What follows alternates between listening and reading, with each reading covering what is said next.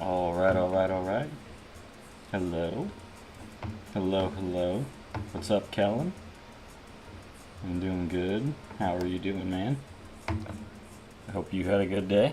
My day was alright. I just came home from work.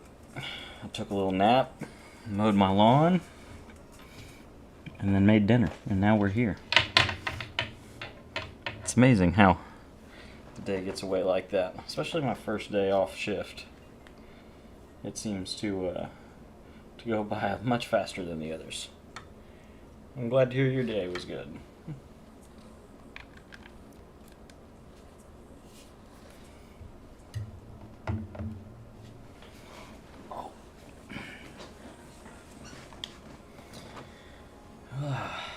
Alrighty. One random pack. See if we get anything good. No.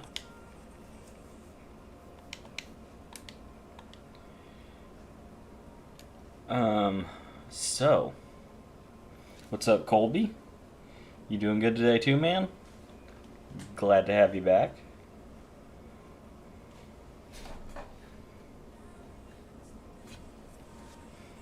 Try to see if I can't level all this stuff out real quick while we're still getting started.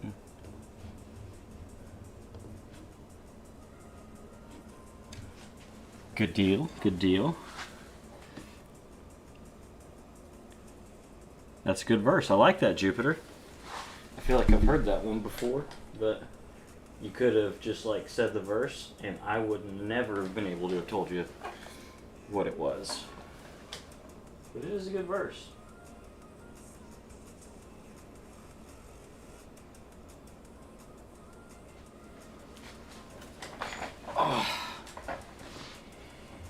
Oh man, so we got some cool new cards. Next co-op, I mean, maybe we try to do some of it tomorrow. We'll see. I'm not gonna lie, I watched the Battlefield 6 reveal stream today as well. Pretty excited about that game. So we will have to see. Maybe tomorrow night. Tonight, I'm just gonna kind of play probably a few ranked games with a couple different team builds. This is one of them. I think this is how I want to run it. Either that or I'm going to run Ellie's Captain Boost and Tom Glavine for contact, but I think I like giving them the extra, little bit extra power for both. Honestly, it kind of stinks that there's not more reds for me to run. It is what it is.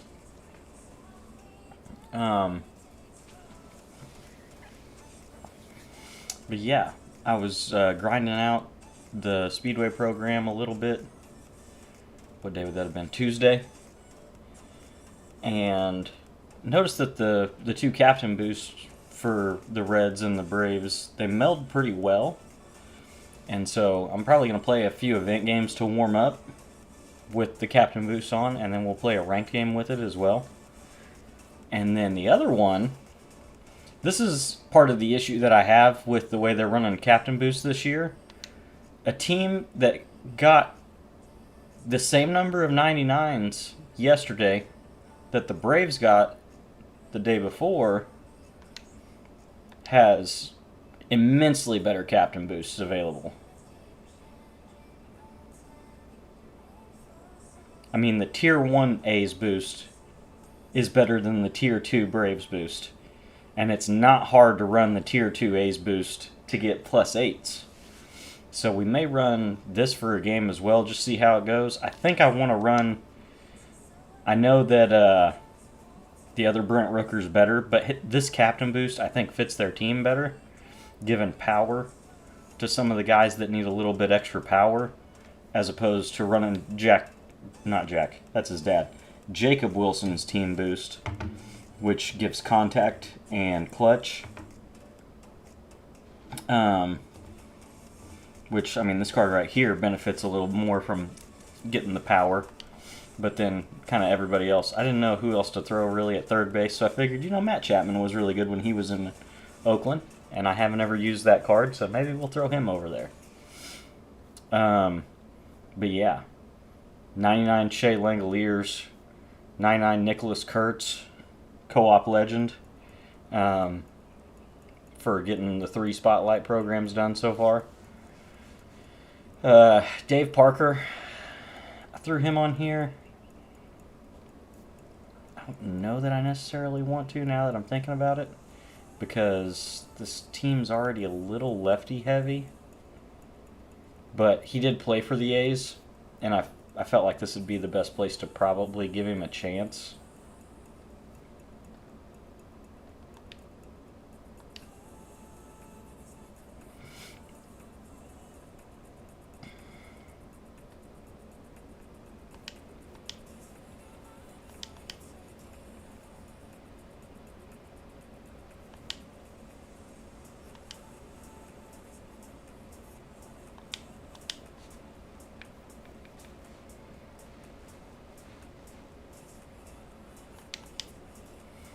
I mean, it would have to be something like that, probably. And I just don't know that I like how many lefties there are there.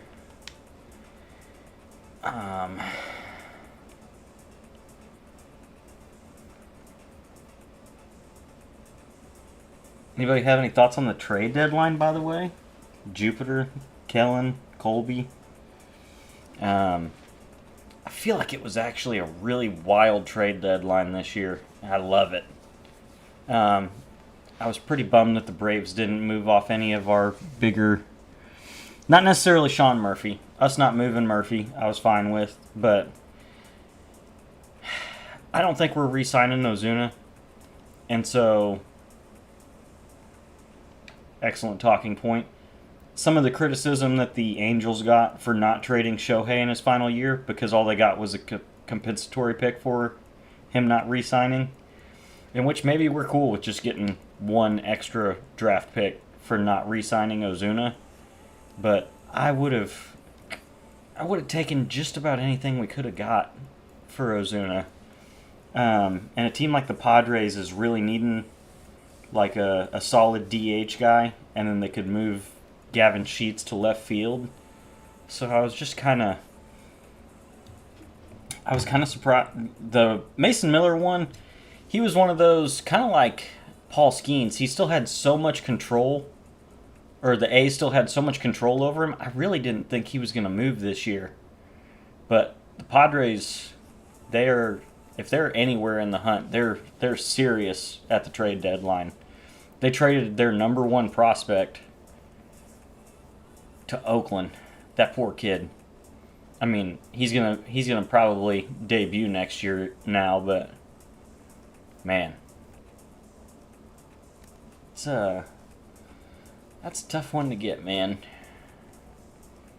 Which they've got a pretty good young core. They're starting to look a little bit better, but man, go from a team that's, they were in the NLCS last year,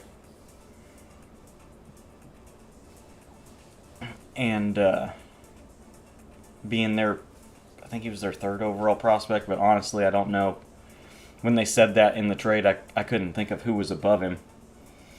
Ryan O'Hearn wasn't super surprising, just because the Orioles have been so bad this year, and I think he's maybe a free agent after next year.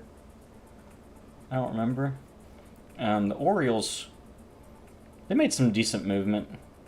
And that's kind of what I was getting at with the Braves. I feel like there were some things you could do to kind of get you moving in the right direction before the offseason, move some people, and we just didn't do any of it. Like, I was really hoping we'd move Ozuna and Iglesias. Now, granted, Raisel Iglesias has been the worst closer in baseball this year, so who the hell would want him? Like, somebody that already had an established closer and would just use him for a back-end guy, so he doesn't have to be in save scenarios, but, still get you some outs late in games. Because when he's good, he's good.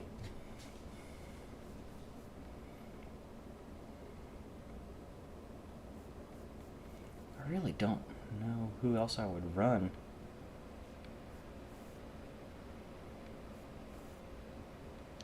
I mean, there's really not one. So that's... I mean, maybe I just throw Ronald out there to keep him in the lineup and keep using him.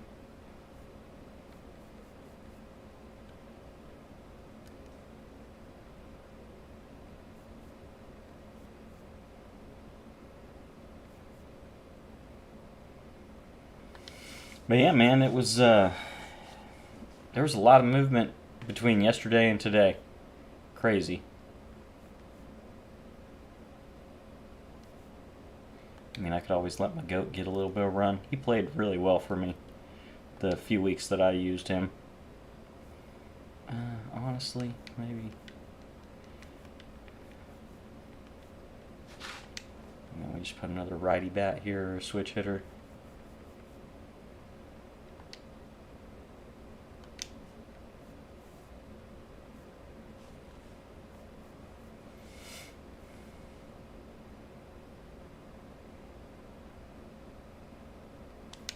Maybe that's what we do.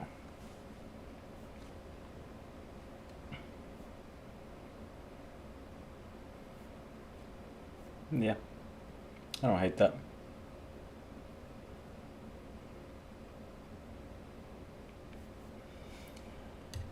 But yeah, like I said, we're gonna play a few games. I'm gonna play a few little event games to kind of warm up.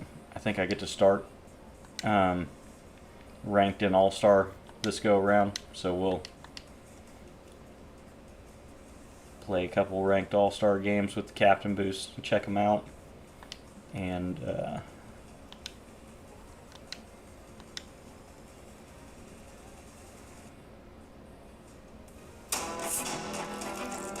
whoa. Appreciate it, Kellen. Thank you. Like I told you, man, you don't ever feel like you gotta do stuff like that. But thank you very much all the same. I need to probably look at a different link to use for donos in the future, because I got like the dollar one that you gave last stream. I think it said I get 48 cents of that. So like 52% of donos, the owned pro is taken out of it, or they're taking part of it, and then PayPal takes part of it. I don't know how it works, but I felt like the hits per 9 is really good on this card. I didn't really like the first Clay Buchholz card because righty starting pitchers, even though he's got sinker cutter, but his only breaking ball is a curveball, and the curveball is the worst pitch in the game. A knuckle curve would have been better. A 12-6 curve would have been better. Like, the normal curveball is just so bad. A sweeping curve would have been immensely better. But, so, I mean, his attributes look really good. I mean, maybe that carries it. And you just literally only throw sinker, cutter, changeup. But that limits the number of pitches you can throw. And then I do really like Larry Walker's swing. I feel like this card's gonna play. And he's actually really good defensively, too. He's never the fastest outfielder, but having really good defense on a Silver Slugger card's nice. And he has good quirks with a great swing. So, yeah.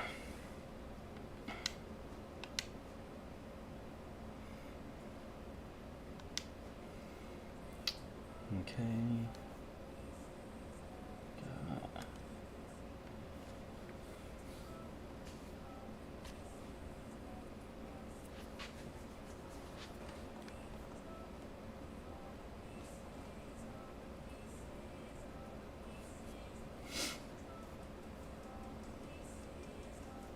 Yeah, let's just play a few of these, get the thumbs going. I didn't check the batting order. I should probably do that. That way I'm not having to shuffle it around going into every game. Okay, it actually looks like I set that. Okay. Surprising.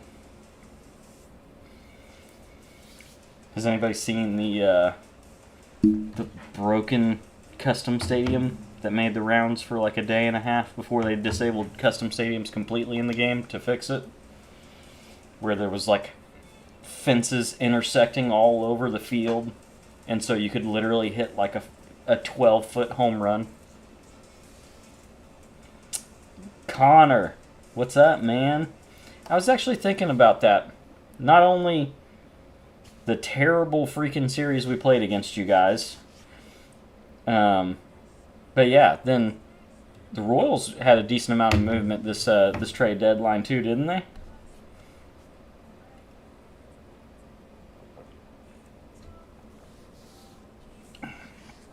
I know the last time you were in here, we kind of talked about you were disappointed with how the Royals had played this year. But I would be more pleased with them with what they did at the trade deadline. Kind of like I was saying just a little bit ago with the Braves. I wish we'd have done a little more moving. Move Ozuna because I don't think we're re-signing him in the offseason. Move Iglesias because I can't stand him. Man, every little bit helps. You never know. Give yourself some salary room going into the offseason. You never know what prospects end up being amazing. You just never know. Another changeup? Wow. I thought for sure that was the sinker.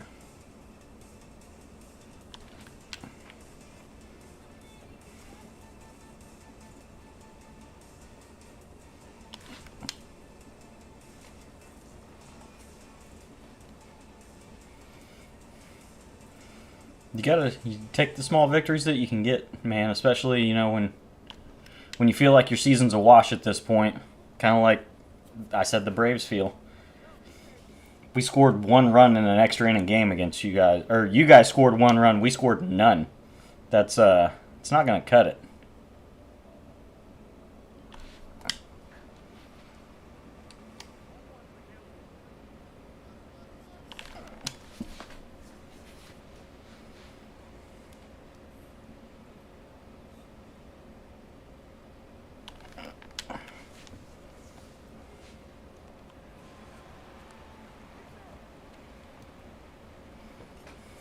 This is the Speedway Stadium. What the fuck, man? I'm so sick of the way that stolen bases work in this game. That was a changeup that I took because it was a fucking easy steal, and then the runner stopped running for the throw meter. And it just killed the whole fucking inning. God, that's dumb.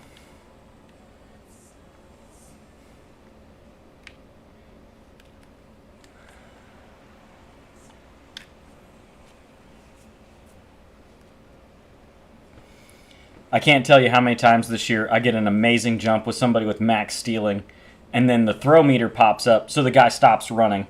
And then you have to start stealing again from a dead standstill, hung out halfway between the bases. It's so fucking dumb.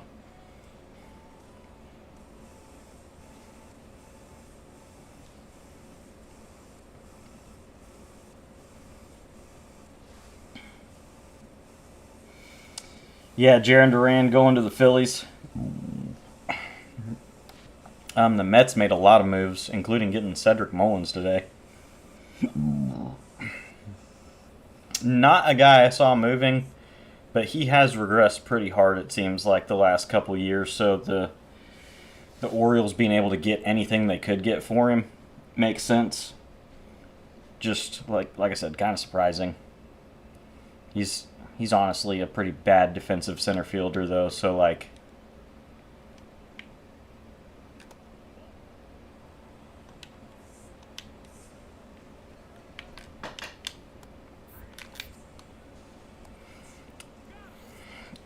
So neither of us have a stolen base with max speed, max stealing Ronald Acuna so far. That's pretty fucking wild.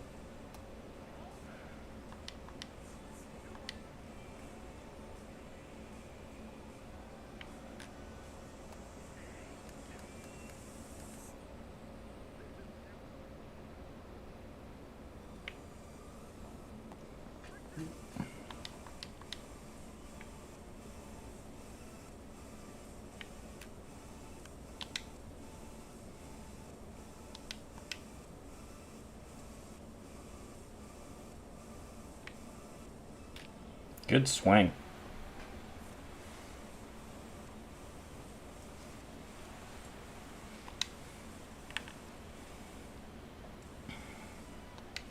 Yeah, I think that was, I mean, obviously, that was the thing that moved the most this trade deadline because you can never have too much bullpen help if you're in the hunt for the playoffs. Ryan Helsley's going to end up getting to be a setup guy, it seems like, which I feel like may make his career resurge after, a couple pretty down years with St. Louis the last 2 years.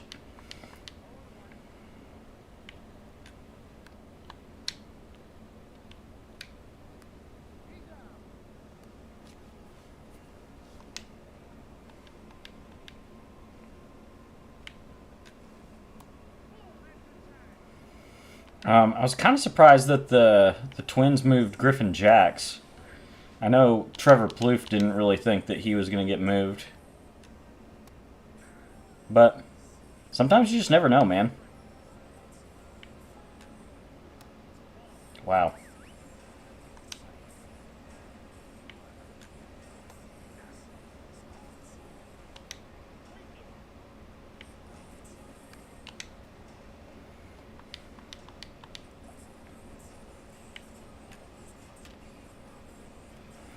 Okay.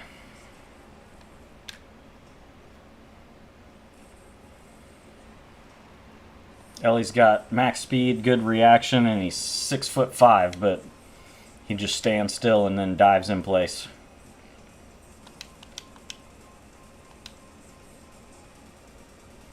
Yeah, Eugenio. It was kind of funny that he played the last 2 years there and then signed this offseason with Arizona, and now he's right back in Seattle. Which I haven't looked a whole lot into, like how much the teams that traded guys are going to have to eat of some of the contracts. Like 2 years ago, something like that. The Astros didn't re-sign Verlander. He went to the Mets, and then the Mets had to eat like 60% of the deal they signed him to just to trade him back to the Astros at the trade deadline. It was like, okay, guys.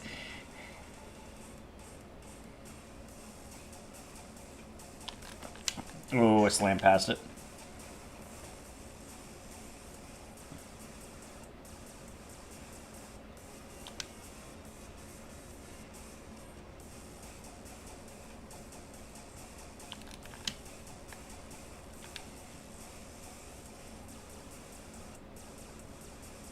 Good swing. That's the other thing. Not that I care too much to do it, but if I can get some parallels on this home run derby, Matt Olson, it might be cool to have him as an option as opposed to his Team Affinity one that I already have, P5. A little better power against lefties on the home run derby card. He's a first baseman, so I don't care if he sucks defensively on that card.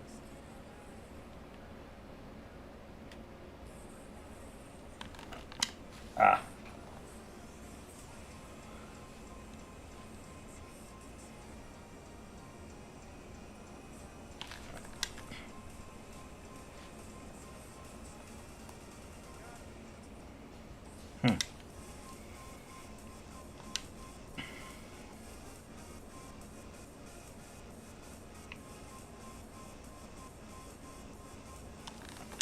Another changeup. Dear God.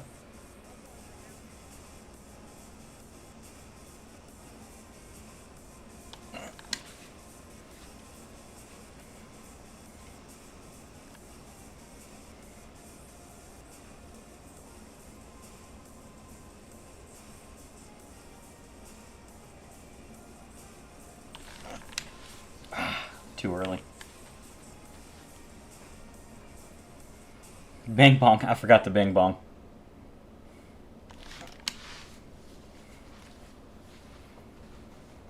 I don't know if we meant to throw that high, but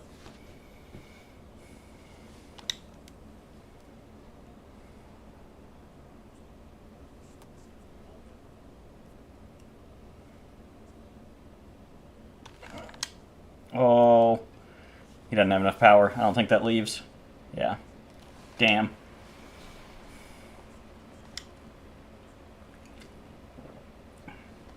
I got a parallel on him today, doing the draft conquest, but 100 power is not enough to make that leave there.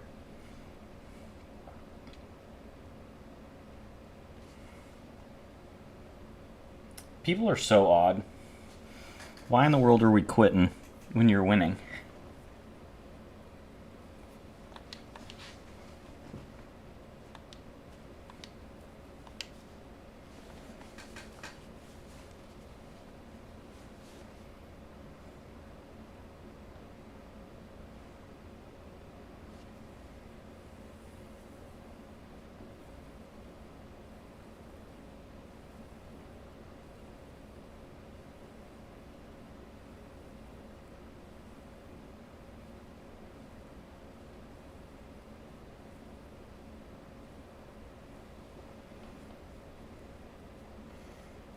But yeah, I'll definitely give kudos to SDS for the free 99 Ronald. Knew obviously there was a chance with the Speedway program that we'd get a Ronald card. I didn't necessarily think it'd be a 99, but it is clearly a lower tier of 99. His hitting attributes could be better. His fielding could be a little better. Like, honestly, my ideal Ronald card would be like gold fielding. Maybe even start him at silver and you parallel him to gold with a great arm, max speed like he has now. But then, like, pretty good contact both sides. We'll just see. We got that. The MVP card last year for Extreme was pretty good. And then obviously the 4070 card was nuts 2 years ago. I'm sure we're going to get another one again later in the year, whether it's a finest or a MVP card or something. But this one will definitely play for now.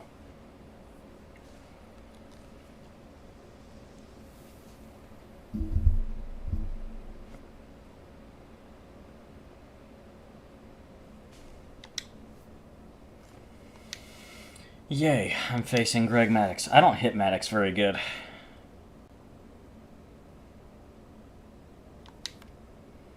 There's something about, all of his pitches being fairly slow that gives me fits.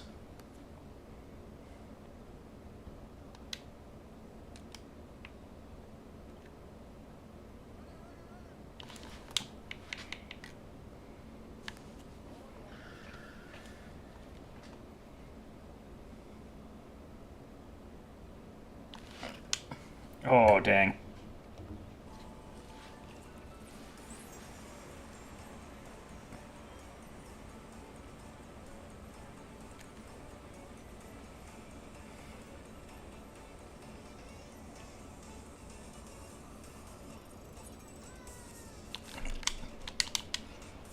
There's a hit with Ronald. We're going to send Ellie to see if we can get him an RBI. Nice.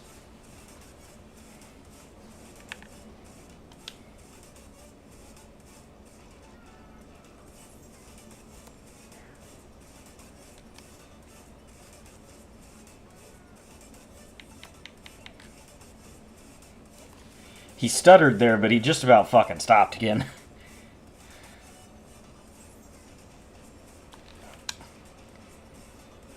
Oh, that's tough. It was a little above the zone, but man, that's a changeup up.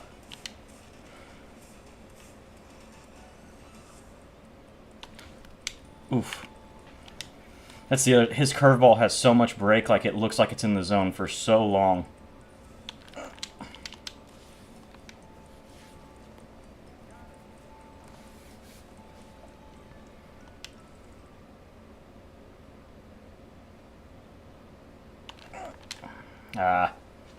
Got a little too far in. Gotta let that go.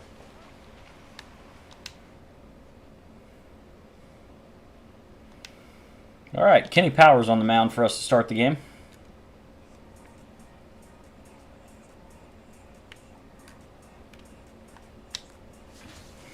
I realized today, which obviously if he had any boost, like contact or power, it would be helpful for that Matt McClain card. But he reminds me a lot, like the type of swing that he has, and just like his size. He reminds me a lot of like a Mookie Betts card type. He's like 5'8", and he has that type of swing where it's almost like his barrel catches the ball and then he flings it off. I don't know. I feel like I could really enjoy that card. It just kind of stinks that he's slightly lower overall, so it's not a great card, to be honest. He's like 95 contact versus right, 96 power right with the power boost. We'll just have to see. He could mash. I didn't even really check to see if he had any quirks.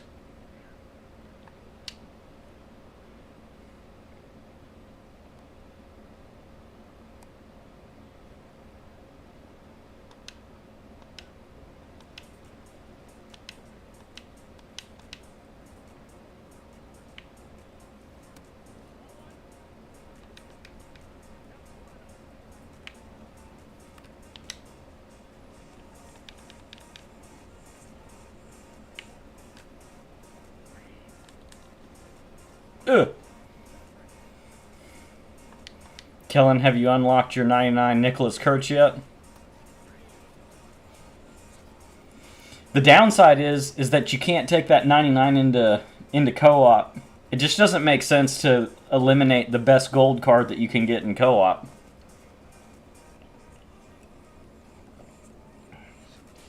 Now, granted, he's completely free, so... Oh, yay, Rob Nen. I haven't faced this card yet.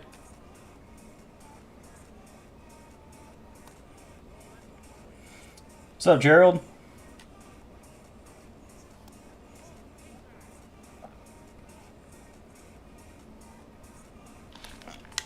Ah, a little too low.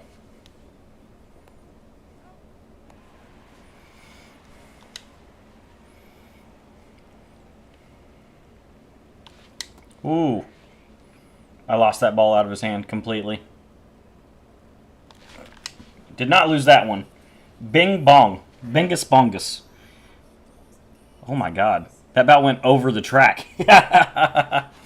I need to keep track of if there's anybody subscribing tonight. We're only 3 away from shotgun and a beer.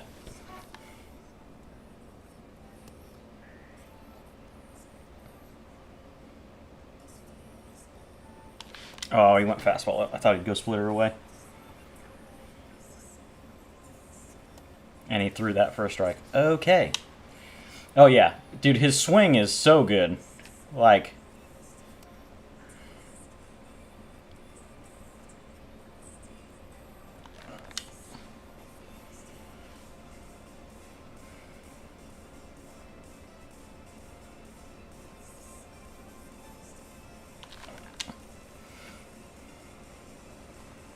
But, like, take 5 power off there. He's 96, 92. He's got such a good swing, man. That's why, like, when I saw that Shea Langoliers and him both got 99 overall cards, I was like, yeah, we're going to run the A's boost tonight and see how that team looks. I just kind of had a feeling it might be pretty gross.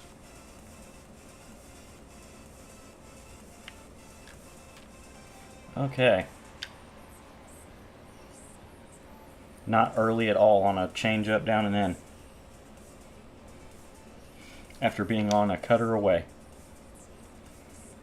Yeah, I guess we're going to bummer. 3 guys in a row that are worse against lefties.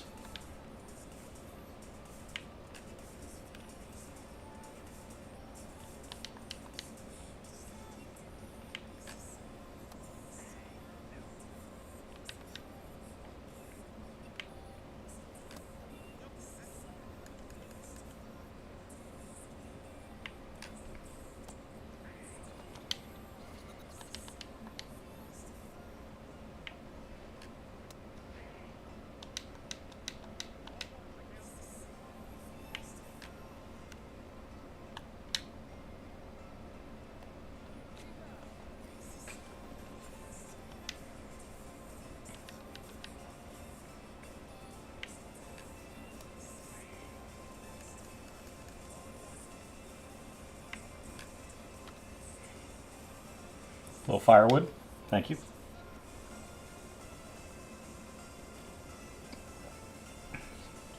And I apologize to everybody that I started so late tonight. I definitely fell asleep putting my girls to bed tonight. Kind of like, what was that? Wednesday last week? Thursday last week? I don't remember. The night that I ended up not streaming.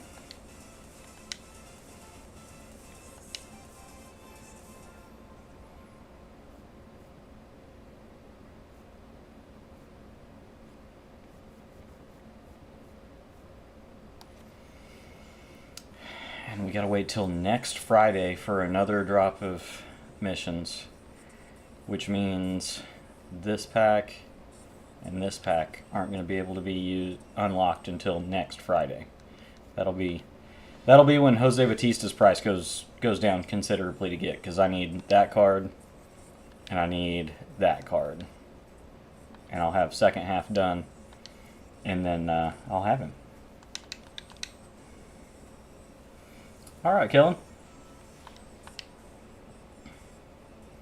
Martin Perez, another sad fall off. He was pretty good for a couple of years in a row in Texas, and then was pretty bad in Pittsburgh, and I believe he's been DFA'd by the White Sox now.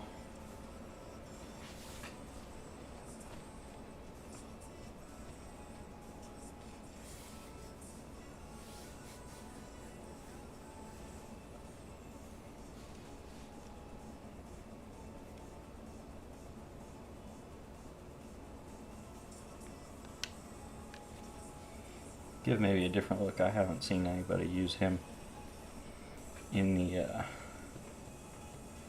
event so far. A lot of people using Chris Sale though. Good lord.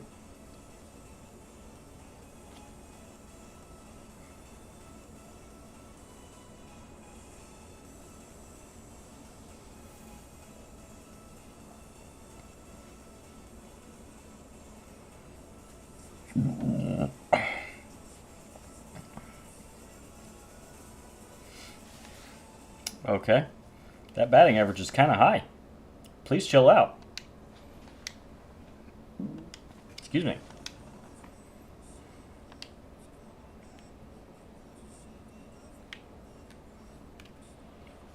Or not.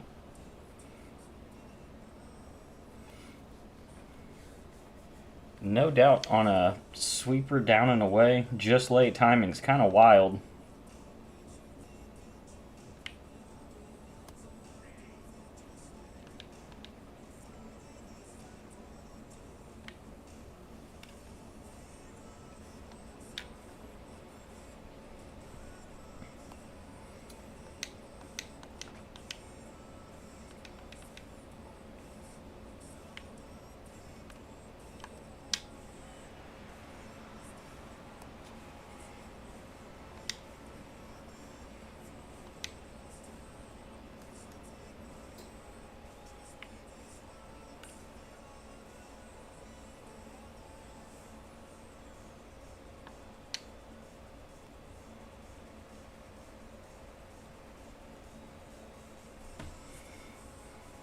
I'm not saying anything yet.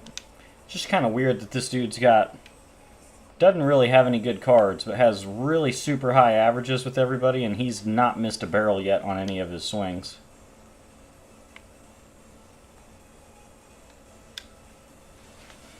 Why is Hunter Goodman dropping that ball out of nowhere?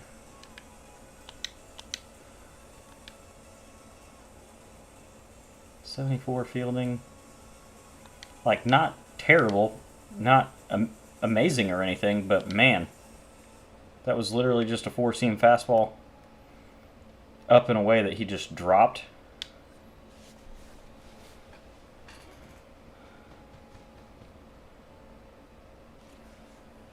I don't know, man. Just kind of odd. I'm not saying like, oh, seems like this dude's cheating, but it just seems kind of weird. He didn't have any good cards on his team, really, and he's got super high batting averages with everybody. And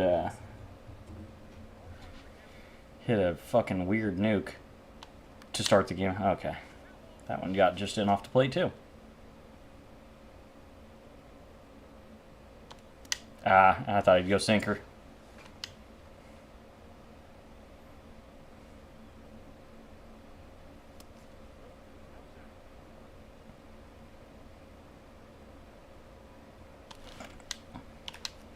Off the end of the bat. Dang.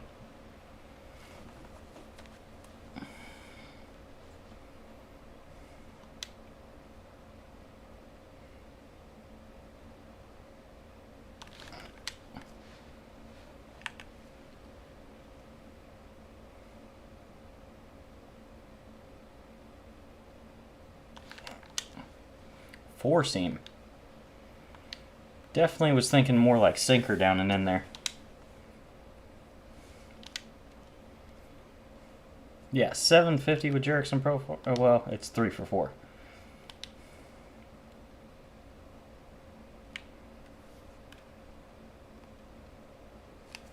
It's just weird.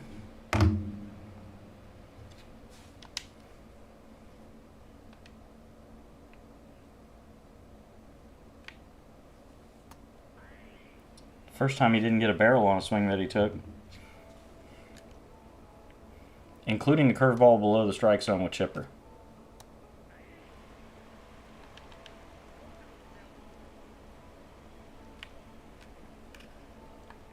Even still kind of squared that up in a weird spot.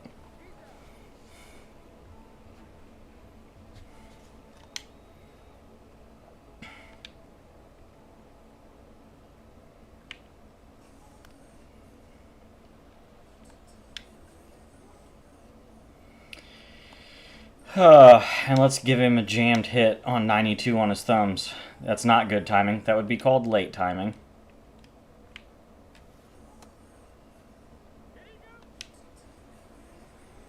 Dalton Rushing. I think I bought him after the first night that I had played the event.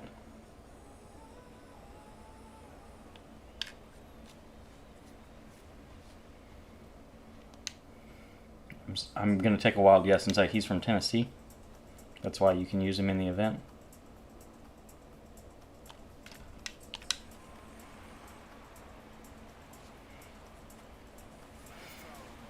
Just close enough to the strike zone that the bad ball hitter kicks in. Oh, that got in. I was hoping it'd be on the ambush zone. And he went sinker.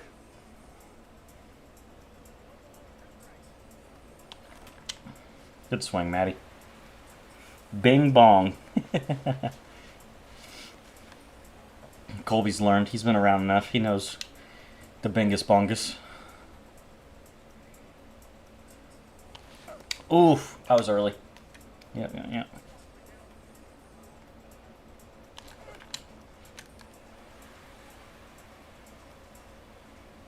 Oh, God.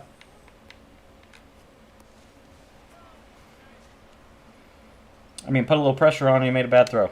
Okay.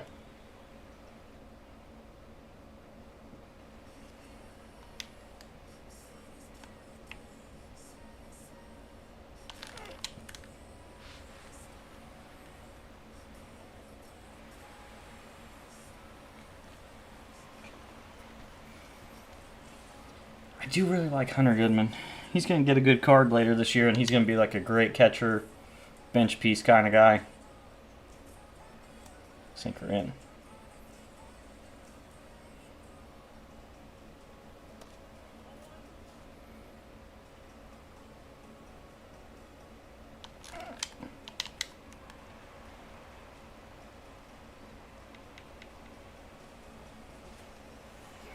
Michael Harris has a great lefty-lefty swing. Oh, no.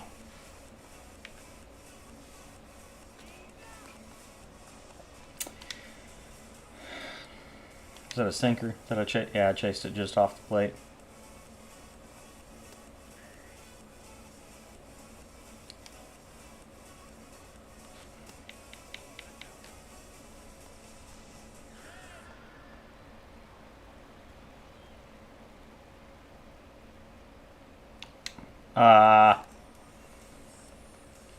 Too heavy on the thumb. I wanted a check swing. I didn't get it.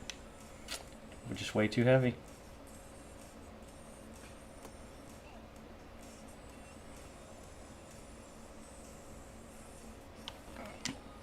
A little early.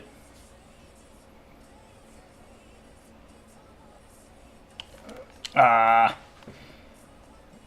That wasn't competitive. I didn't need to swing at all there.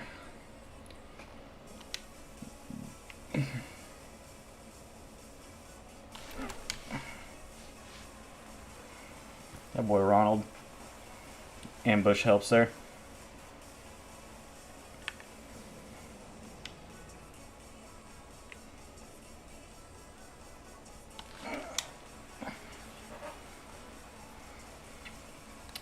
Well. Thank you. Thank you, Terry. Scary Terry. Bing bong.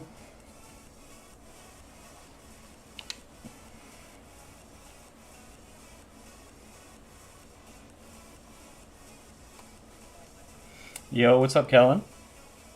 Welcome back, welcome back. Oh no, you gotta just let that go. That was close, but I was early. Bing bong.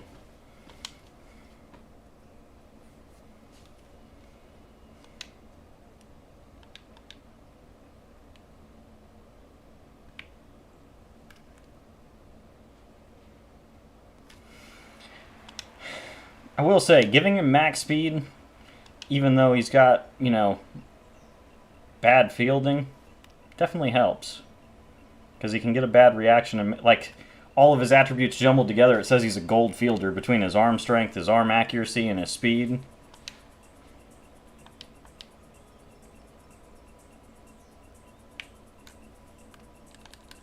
Eh.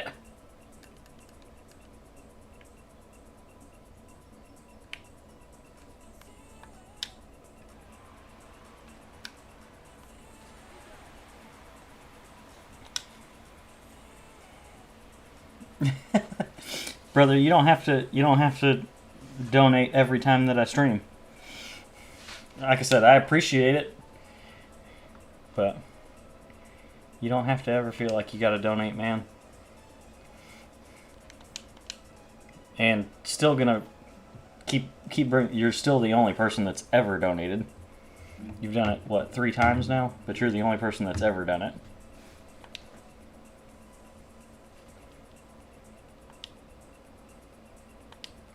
Alright, do we maybe get into a ranked game? That was 3 event games. Kind of starting to feel a little warm. 3 hits with Ronnie? 2 hits with Ronnie so far?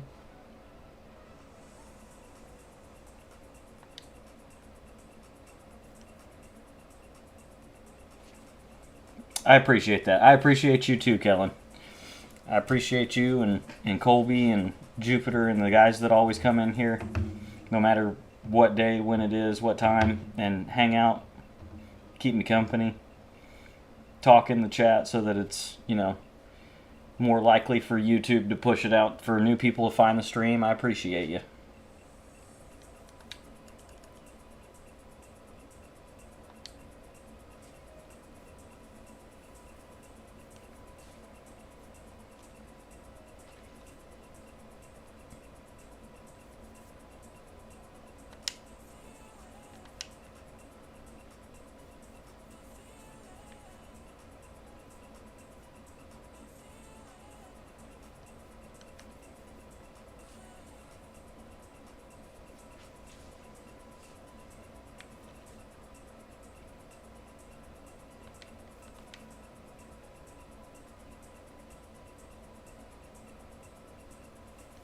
Maybe we let Uncle Jesse be an opener for the old Braves Reds ranked game team build.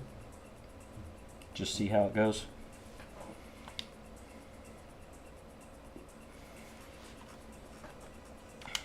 Do I need to, if I'm going to make a little video out of it, maybe I need to record a dedicated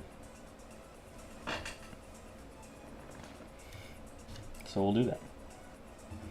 YouTube, what's going on today? Gonna do a fun little team build here. We just got the Speedway Classic program. It's been a couple of days ago now. I had to go to work, so I didn't get to do this immediately when it came out. But we got 99 Ronald Acuna, who's actually pretty good. His swing's gonna play well above his attributes, so having the attributes he does have, it's great. Max speed also helps out when they give him, kind of bad fielding. Sneaky good little card, Matt McClain. I was saying just earlier while I was streaming, playing some event games, that he reminds me a good little bit of like a Mookie Betts type. He's like 5'8", similar type swing where he almost like catches the ball with his barrel and then flings it. Didn't mean to hit the mic. Max speed, gold fielding, second base, shortstop. He doesn't have any quirks. I think he was hurt last year, so no quirks. But yeah, when I was grinding out the program the day that it came out before I went to work, noticed that the Reds and the Braves captain boosts kind of alternate each other well. So we're going to run Austin Riley and Nick Lodolo to give +4 and then +5 power to the Braves and the Reds players. Yeah, we're just going to see how it goes. We also got this 99 Michael Harris in the Spotlight 3 pack for a ridiculous game with 4 extra base hits, 2 triples, 12 total bases. And he was also the MLB Player of the Week this week when we got swept by the Rangers last weekend, including the game I was at Friday. Anyways, this is what the defense looks like. Hank Aaron actually has a silver shield out of position over there in left still. So this will be the lineup. Going to have Ronald hit second. We're going to have Matt McClain sandwiched behind a lefty at the bottom of the lineup. A little bit of speed. Ellie's also worse against lefties, so there is a chance that he could get to face a lefty late in the game. We're just going to see how it goes. Let's get into the game.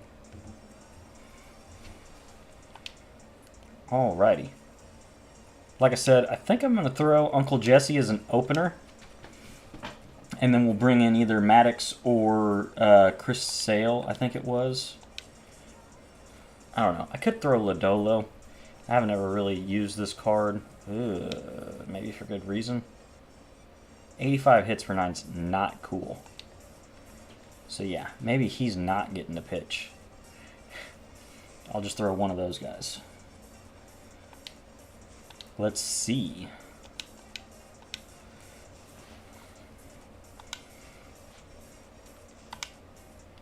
Oh, yay.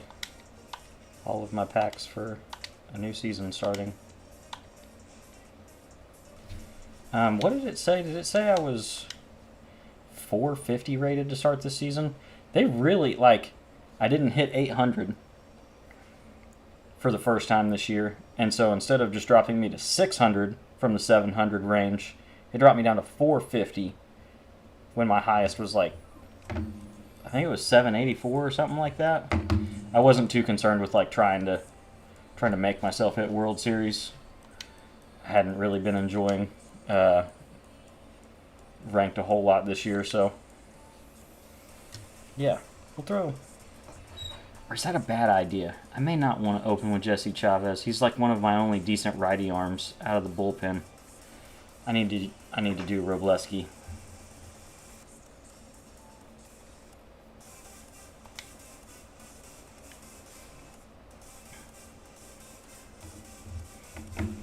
All right. So slight audible. I'm not going to open with Jesse Chavez because it occurred to me that he's one of my few good righty arms out of the bullpen on this team build. So, going with the normal opener with Justin Robleski. I was too busy yapping and didn't pay attention to his lineup. And then we'll bring in Chris Sale or Greg Maddux, depending on what this guy's team looks like. On All-Star, Greg Maddux is going to get murdered unless you just really carve somebody up with location. Doesn't have the greatest hitting stats for somebody who clearly is an all-star player with a losing record. But, everybody's got to learn. He's got a good ERA. He's got a better ERA than me. Granted, it's based off the cards on your team. So, he does have Beltran, though, hitting .429, which is way better than my Beltran because my Beltran's only got to hit on Hall of Fame. 4 lefties. Cal Raleigh's worse. Lindor's worse. Yeah, so it looks like Chris Sale is coming into the game when we get there.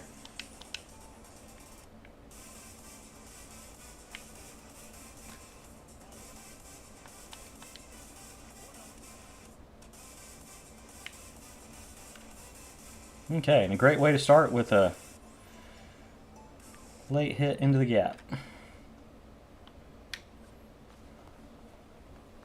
Matt McLean does kind of have a weaker arm. I didn't even notice that until I was talking about him in the intro. But 71 arm strength, which isn't bad for a second baseman. But so if you play him at his secondary at shortstop, that will definitely be a little bit of a hindrance. But he'll still have a good gold shield. I think he had 87 fielding, which would have been 86 starting out, because I had one parallel on him, I'm pretty sure. All in all, pretty cool little program. I was a little disappointing in the pitchers that we got in it.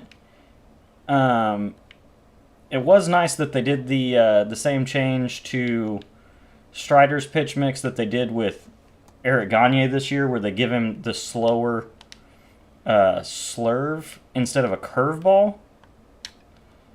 But the only time Strider cards ever feel like they're halfway viable is when they have the 2-seam on them with the outlier 4-seam, and they didn't give him that. So that's tough.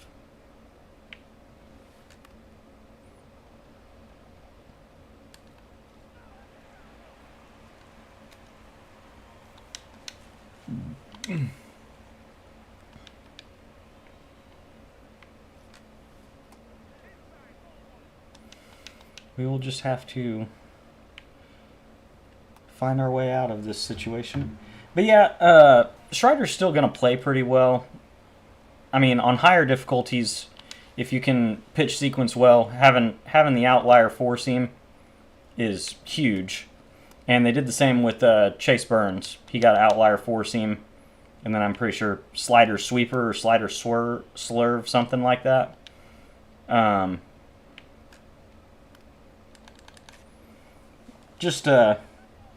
mean, they're free cards, so you can't complain too much about getting free cards that help theme teams, help no money spent guys, because either one of those cards on Hall of Fame or Legend would be pretty viable.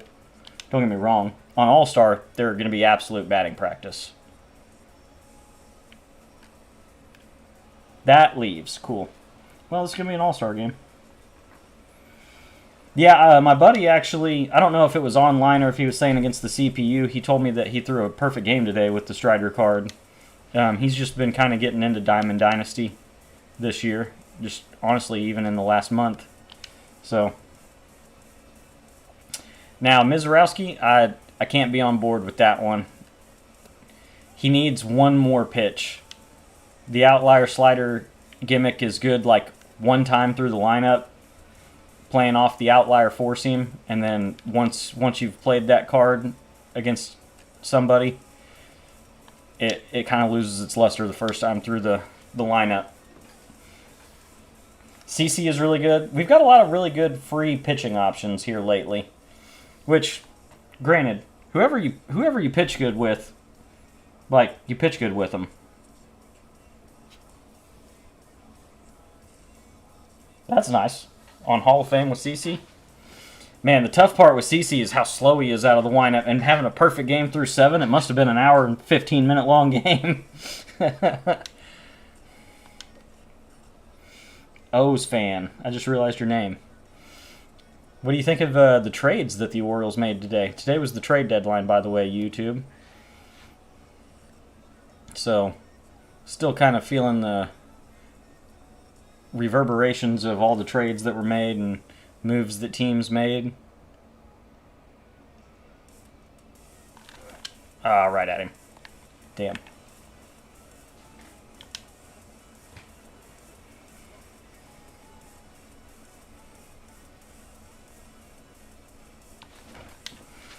Honestly, with the way that like Weekend Classic and just ranked in general has been, I usually throw an opener and then I use 7 or 8 different starters in my rotation.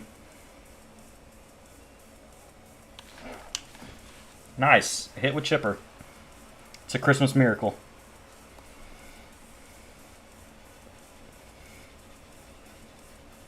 Yeah, that's usually the best thing to do whenever you're playing against the CPU is just put somebody on.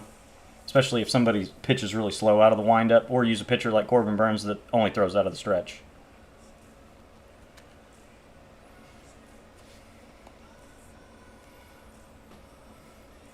YouTube, if any of the comments that I make seem weird, we are late. We are late. We are recording this live while streaming on Thursday night.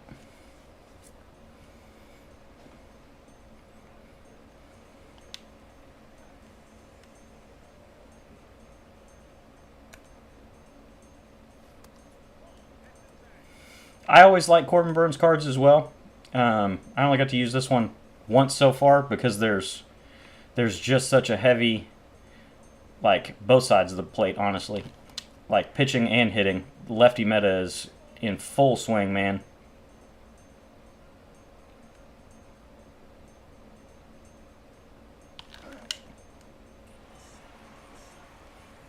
I don't think that's going to leave. Oh my god, it did. Nice. Bing bong. Matt Olson, any card, still a GOAT. The ambush helped there, because I was just late.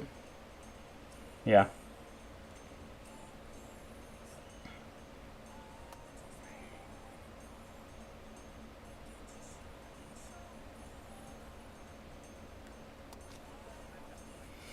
Kershaw is very good. Another free, great pitching option with a funky delivery.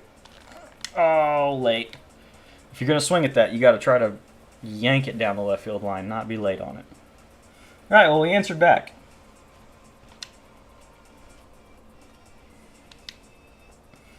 One of the scarier spots in the lineup, Junior against the lefty. Don't love that that missed all the way up into the strike zone on a perfect release, but okay. I usually really enjoy Chris Sale cards. This one, his pars are very... granted, I'd only used him on Hall of Fame in Weekend Classic so far. And so it's going to be nice maybe to be able to locate a little bit better with him on All-Star. He'd missed over the plate a lot. I think I may have even won both games that I started with him on my Weekend Classic runs, but just kind of tough to give up as many runs. I don't score a lot of runs on Hall of Fames. That's usually a tougher part for me. If I get 5, 8, 10 runs on a Hall of Fame game is very good for me.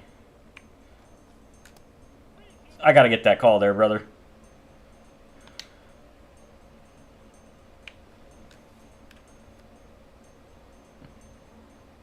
Late jump by Acuna, but the speed makes up for it.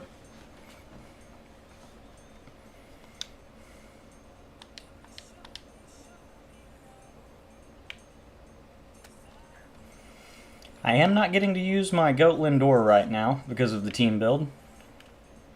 I started a little slow with Lindor, and then it came around a lot in the last Weekend Classic.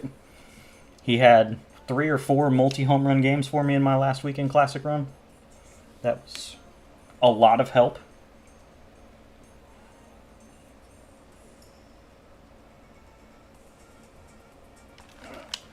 Love Sean Murphy's swing.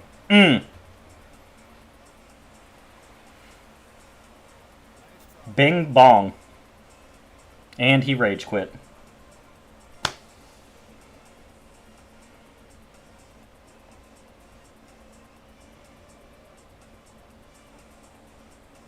I wonder why he was 60 and 84, or whatever it was. Because we went down by 2 runs in the bottom of the second, and we decided to turn our console off. All right, well, we'll get into a second game.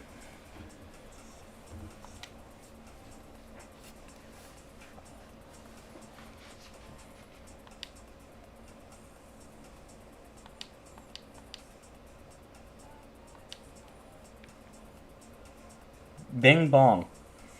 I think I only really used this Sean Murphy in events and then like versus the CPU, but ever since he became a Brave, I've always really enjoyed Sean Murphy's swing. It's pretty good. Sometimes, which granted it may be attribute-wise that makes it feel this way, it feels like you're just kind of weak. Righty. Last year, after his All-Star year in 23, when he had damn near every quirk in the game, he was really good.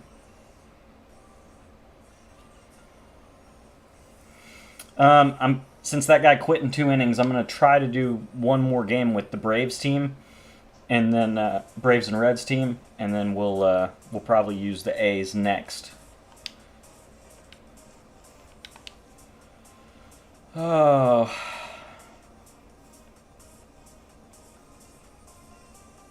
He nuked my... This would be a good time. Because I need another possible pitcher. What is your price at now? Not terrible.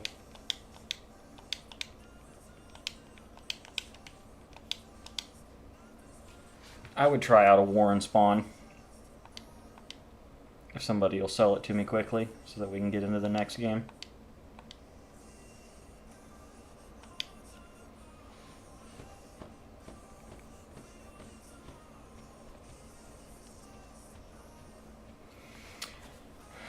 Yeah, I think the A's team, and I built out their boost back in like Team Affinity 1.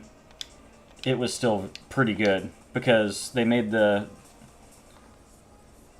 You pulled the Warren Spawn? Well, shit, sell it to me then, Kellen. No, I'm kidding. He's actually held his price fairly well. I guess it's because he's a lefty headliner with a screwball, fastball, sinker. But yeah, these lower overall teams that they still give a lot of good cards to, like you've got the Home Run Derby program Brent Rooker, that's awesome. All-Star Jacob Wilson, tons of Tops Now cards for him. Nicholas gets a milestone. You give him a spotlight catcher with maxed out versus lefty attributes and catcher pop time, but then they still get an awesome captain boost.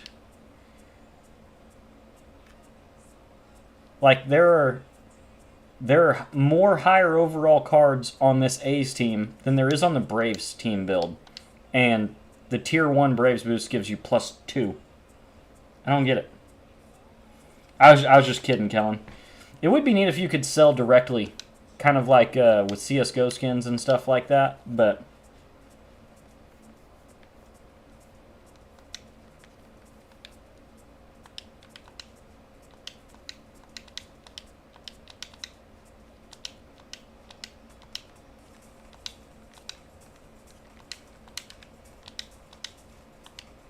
Somebody sell me Cy Young so I have a lefty available for this game.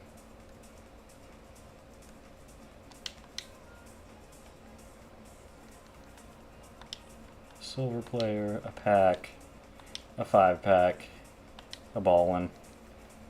Okay. We'll kill time and open these, I guess. This is just a silver player. Ooh, Brendan Little.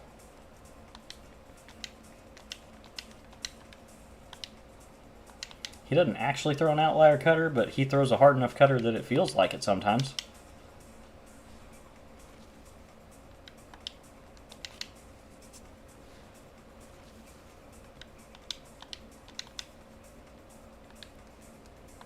I'm going to hang on to the Miz. He may be a gold next Friday when we have our update.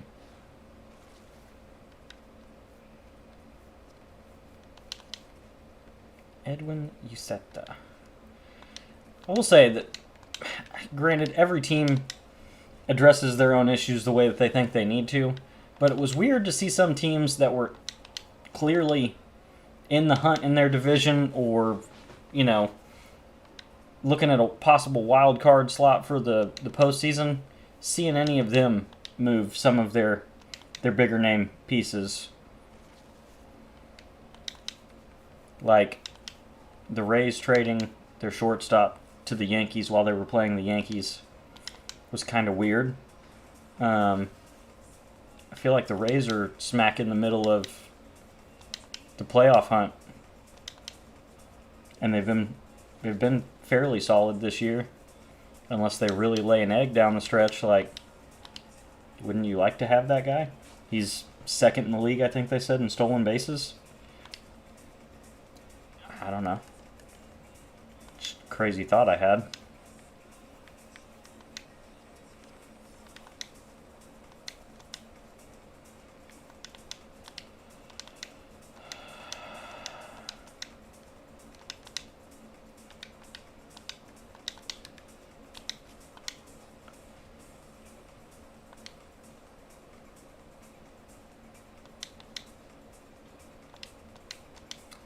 Man, it'd be really cool if whoever's outbidding me by one freaking stub would fuck the hell off.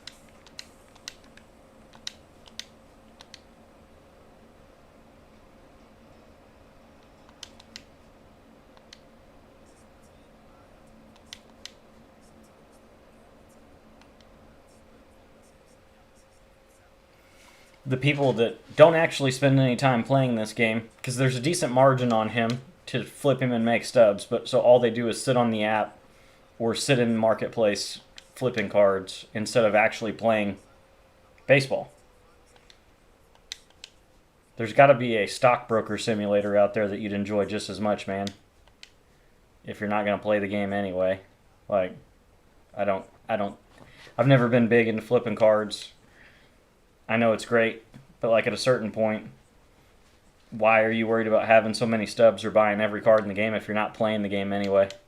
If you spend all your time flipping cards and trying to make stubs, like...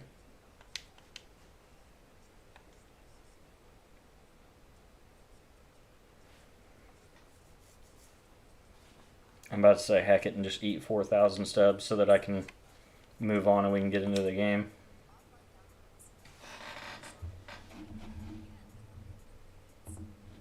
Hex it.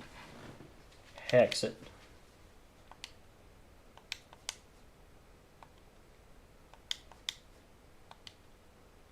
There we go.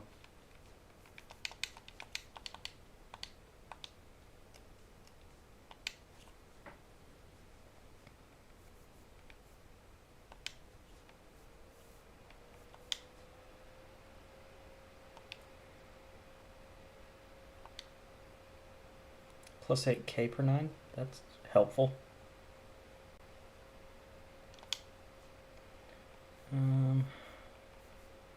Is there a righty starter I need to get some stamina back with? I don't even know that I've thrown anybody semi-recently.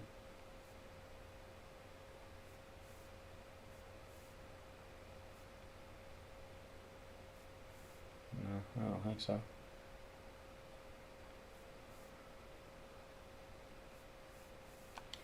I got a bunch of stamina back at the end of the weekend classic, so I think most of my top end guys are pretty rested, so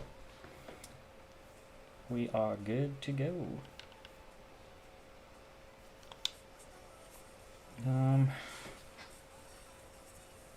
Throw somebody in here just in case we need some innings ate up, I guess. Just throw Glasnow out there. He's got a sinker on this card, right? He's a very, very tall, very over-the-top pitcher as well, which he can be hard to hit sometimes, just based off his delivery. Dude, I thought it was crazy that Carlos Correa was going back to Houston as well, because Jeremy Pena is, I think at this point, a better defensive shortstop, and they've already come out and said that he's going to be their starting third baseman going forward, so... But moving for an all-star short, because, I mean, he was an all-star last year.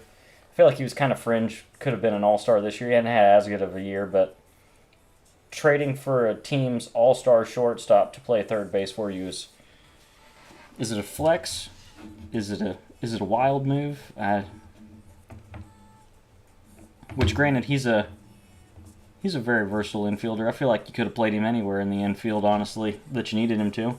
Hey, we got a subscriber. Of course, the alert didn't pop up, but 2 away from shotgun and a beer. 2 away.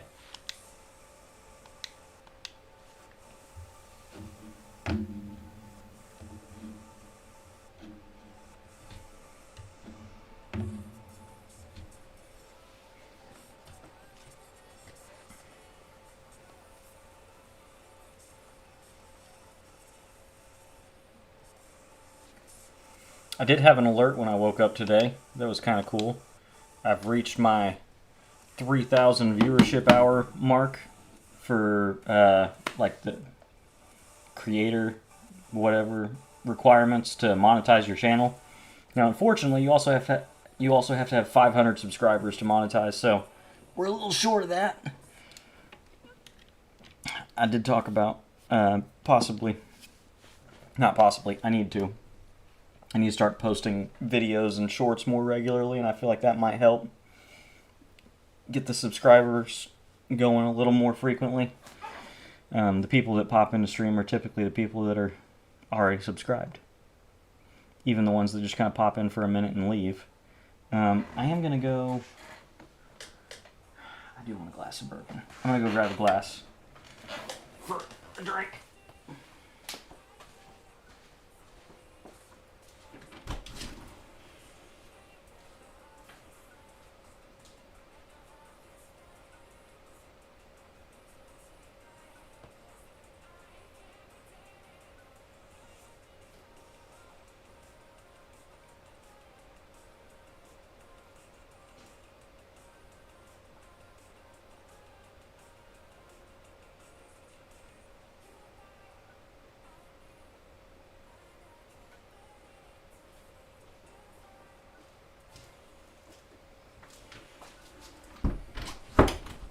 Although I have been dropping the ball lately, I've been meaning to refill my ice ball makers, and I have not done it. So, good. Good.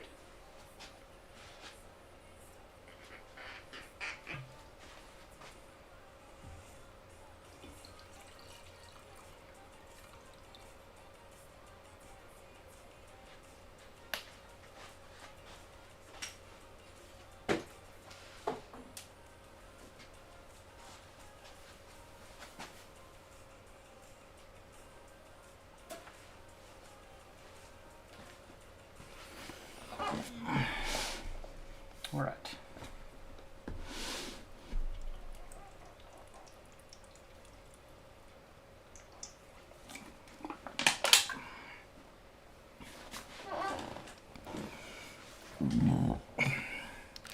We have our caffeine fix finished. We got a smaller glass of bourbon, but you know, a little bit to sip on. Let me fix this so I don't have to scroll all the way.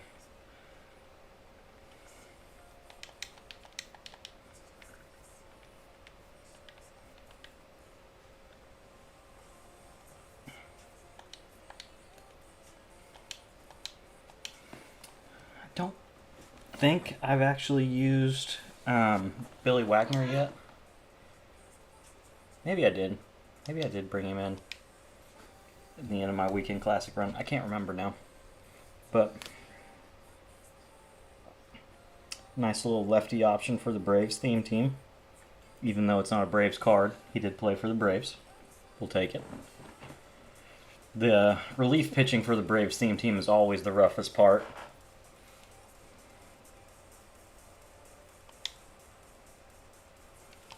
Okay. I was not the right person that they were wanting to give a free win away to.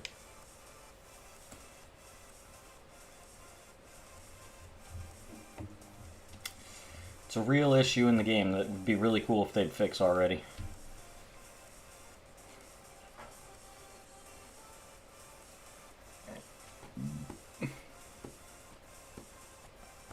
I don't know how you get around this issue because it plagues every game mode now.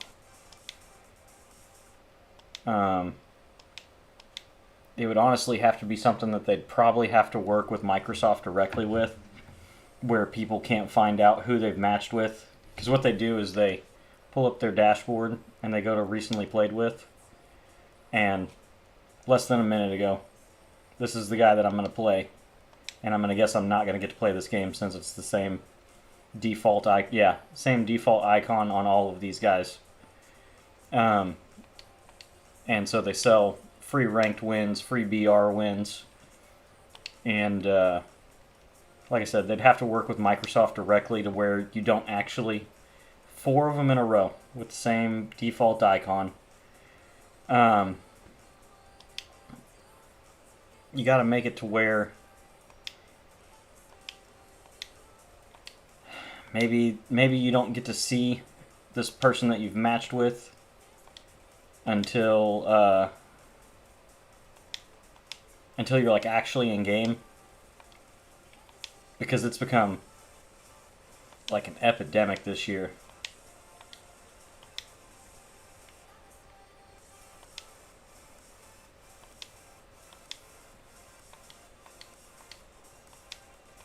Like, I just tried to queue for a ranked game 4 times and met 4 bot accounts trying to sell wins to people.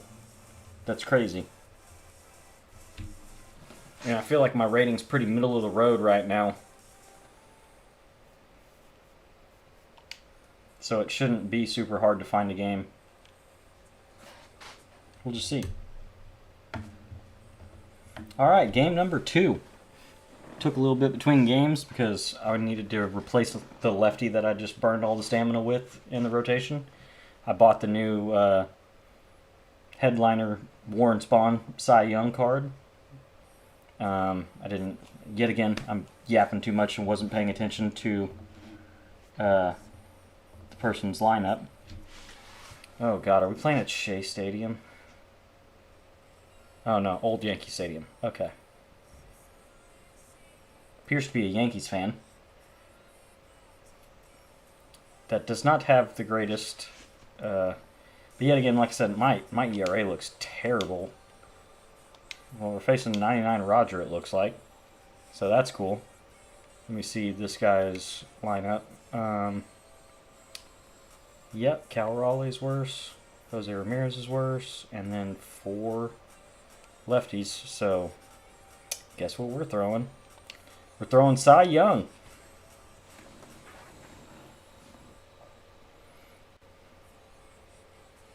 Let's see how we do against Raja.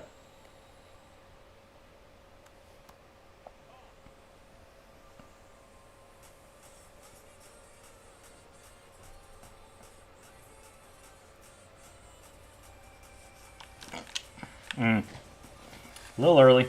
That's unfortunate. That was a great pitch to hit.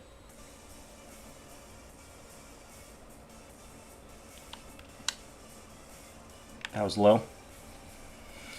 Rogers got great movement on that sinker.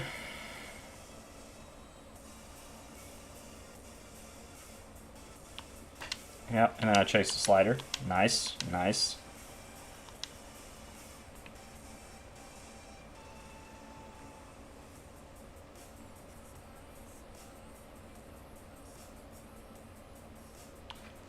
Oof. First pitch splitter. Yeah, the Padres getting Nestor Cortez was a pretty good move for them.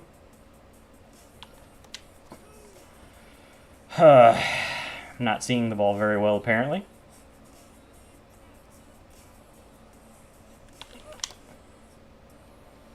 We'll take it.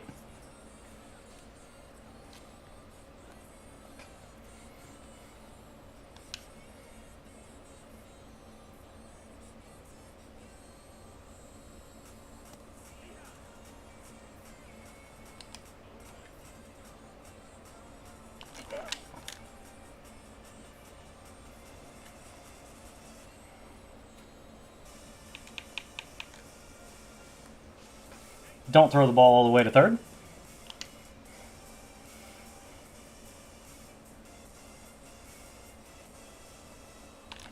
That was low. He does also have a funky release. I think I've only faced Roger once or twice this year. So, getting used to his release is kind of difficult for me at first. Okay. Bing bong. That's where push hitter really helps out with, I talked about it in the short that I made about Hank Aaron. You can be just late, and as long as you square it up, since he's a push hitter, you're gonna get much better exit velos, you're gonna get rewarded more.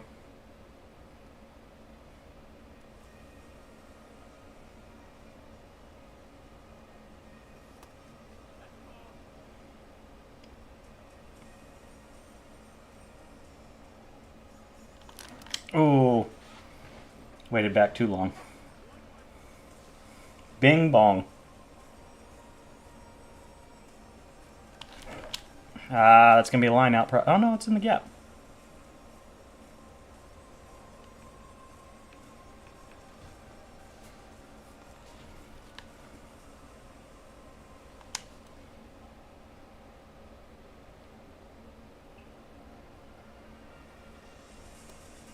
Man, like that sink, maybe it's because you're looking for outlier four seam out of the hand, but that sinker, it seems, man, shouldn't chase that. It seems to have so much movement that you're not expecting to see. Good sinker there. Damn.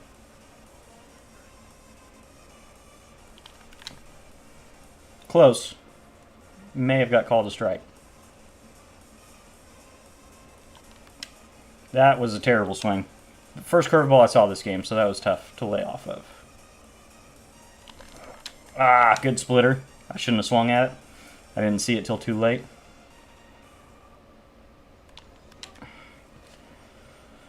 I'm not recognizing breaking balls just off the plate yet, so that's good.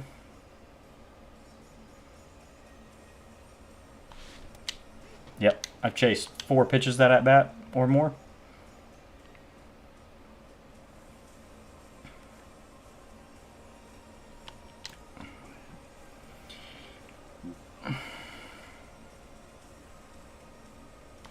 There's the 4 seam up when I was looking for a sinker. And then I was early on a splitter. Roger is tough to hit. I got a few good swings in there, but we're going to have to focus up a little bit.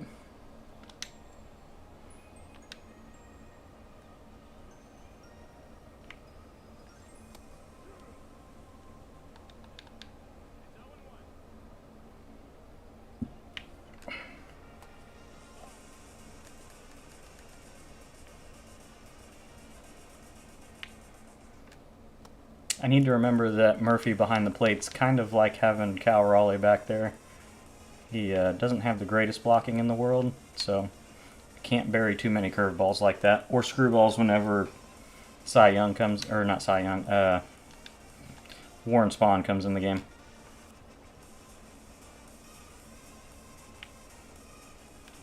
So the Oklahoma Baseball Museum, I'm trying to remember exactly what it's called. I can't remember. They give out an award every year called the Warren Spahn Award, actually.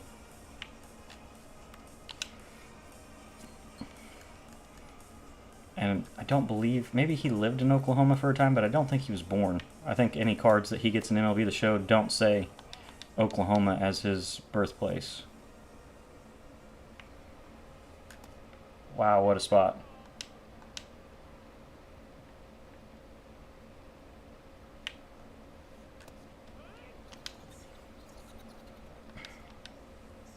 Robleski has been an amazing addition to the team.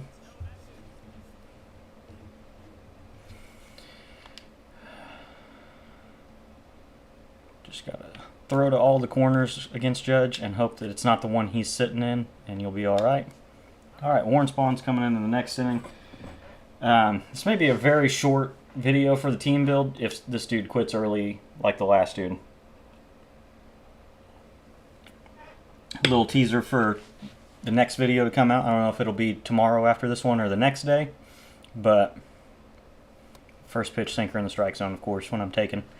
We're going to use the the Vegas, whatever they're called, Athletics team captain boost, because we got Shane Langoliers and Nicholas Kurtz.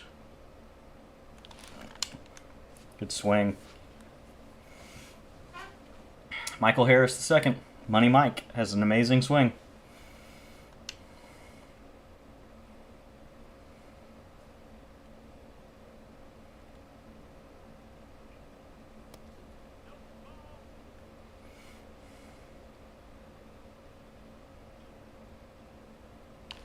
Oof. Little out of the ambush zone. Oh my God, I told you. His swing kind of reminds me of Mookie Betts. It feels like he makes contact. This person rage quit too. Didn't he hit a home run? Or no, it was Sean Murphy that hit a home run. Well, bing bong. We'll remember it in our hearts, but unfortunately won't count for Matt McClain. This guy had enough. He wasn't going to have 5 earned on his 99 Rogers head in the second inning, I guess. It's just how All-Star is, man. Like, I'll be honest with you guys. I prefer to play on All-Star because I like scoring more runs. You just got to be okay with giving up more runs. That's just the way it's going to be. I'm playing video game baseball to score runs. I'd rather lose a game 18-15 than win a game 4-2. That's boring as shit for 45 minutes to me. We didn't even get a starter in the game, so we'll try to run one more before we move on to the next captain build. This is really going to test my ability to edit things together, having to do an intro and 3 separate little games.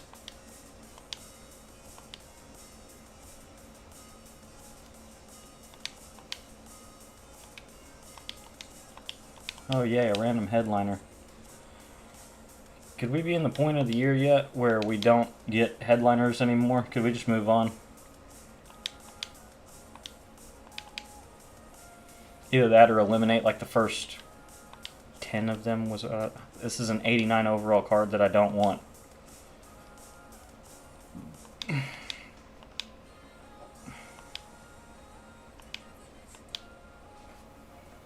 All right, for real, the last go round with the team captain, at least for the video. We may do another one tonight, just using it.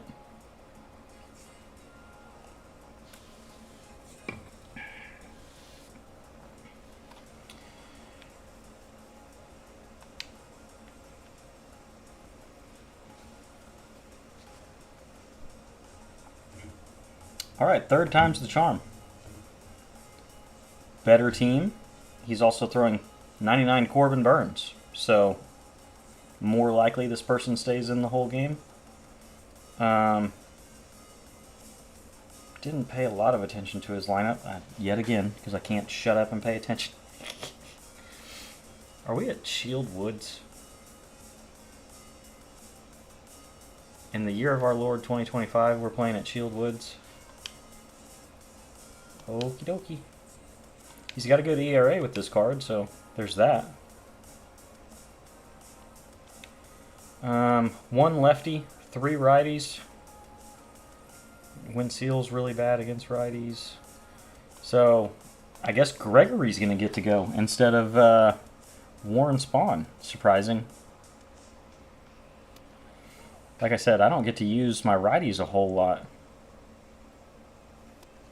What a spot. Okay.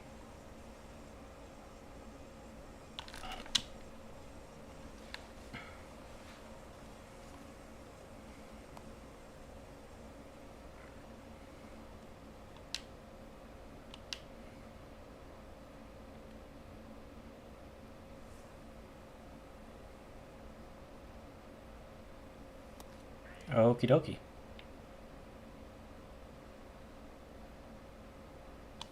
I was looking for a cutter.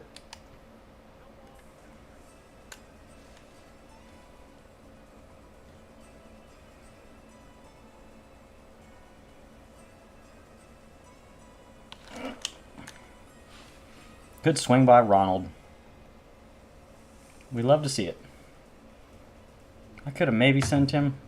That was also a terrible cutoff option, but good lord.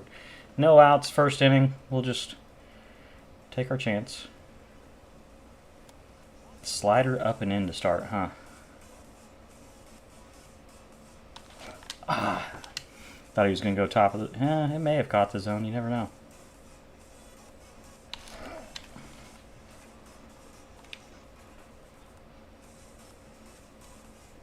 Hey! Bingus Bongus. Bing bong. Love that for Chipper. A guy that's had the worst luck of any card I've probably ever used.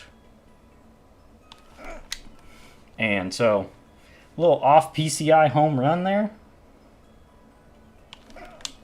We'll take it. I mean, Kellen's been around for a lot of the bad luck with the Chipper card. Ah, I didn't tap it light enough. I was trying to get a check.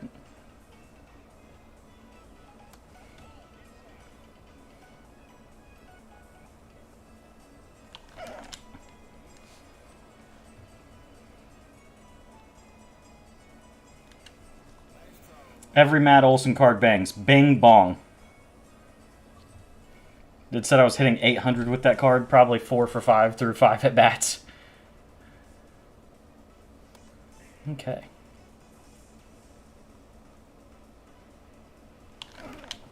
Good swing. That's going to be a line out. That's tough in the ambush zone to not get a better launch angle, man.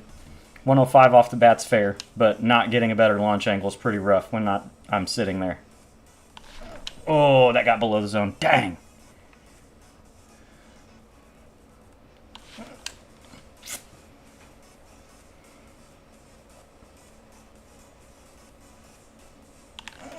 Good swing, Murph. Oh, he cut it off with that weird-ass dive.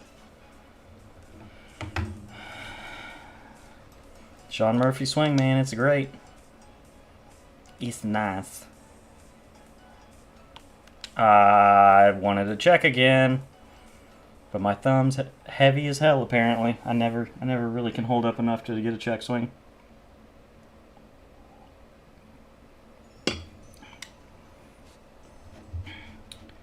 Like I said, I think Gregory's going to get to come into the game, which is a scary prospect because he's not great on All-Star, but this guy only had one lefty in his lineup. So Schwarber against Greg Maddux is also pretty scary. We'll just have to see. But also never know if we shut this guy down if he even stays in the game. Got 4 in the first inning. Come on. Ah.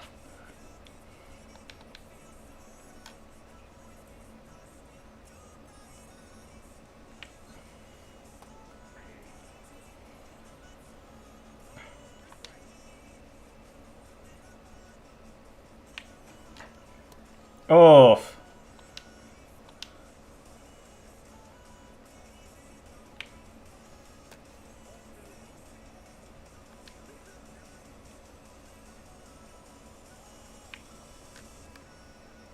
Good pitch. Good spot. I'm kind of surprised that Justin Robleski's not paralleling up faster than he has been, because the amount of quits we've been getting from him as an opener has been kind of wild.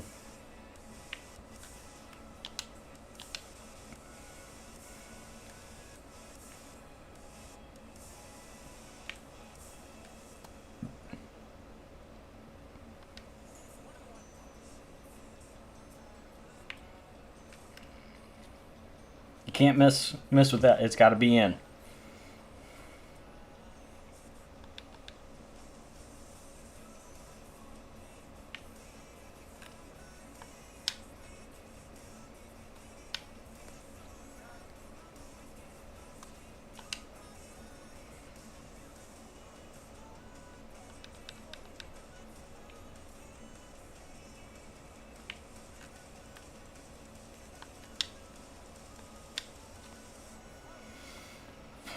Alrighty.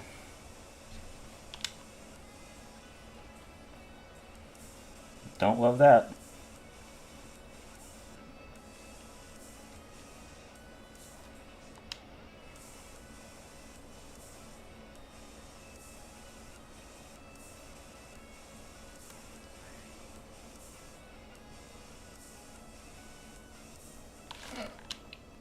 Oh, that stayed fair, huh? Just early. And it was a pitch in off the strike zone. And somehow stayed fair. Okay. Ah.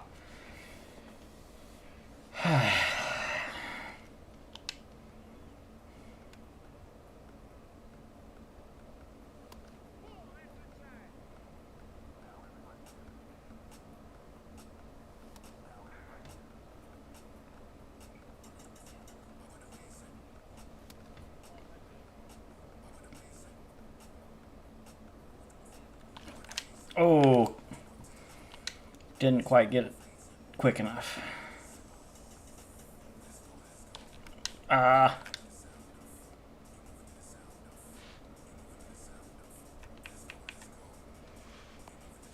I shouldn't have tested my own Ronald's own arm, but I didn't deserve a hit there anyway, so that was probably more fair.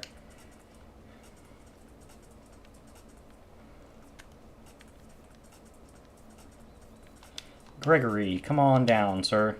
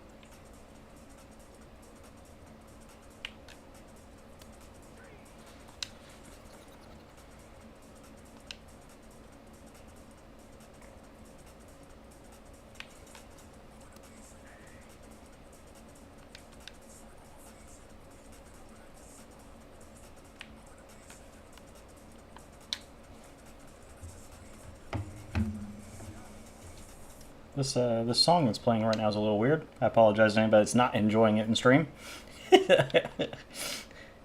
Oh well.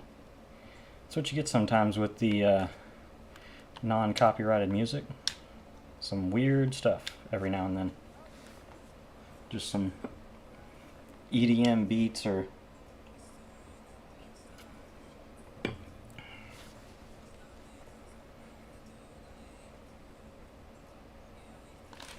Ugh.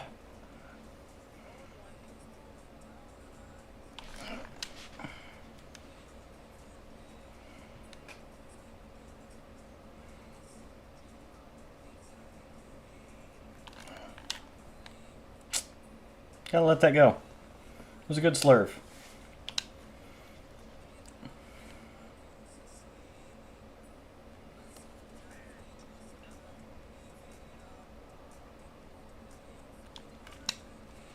I was off the plate, dumbass.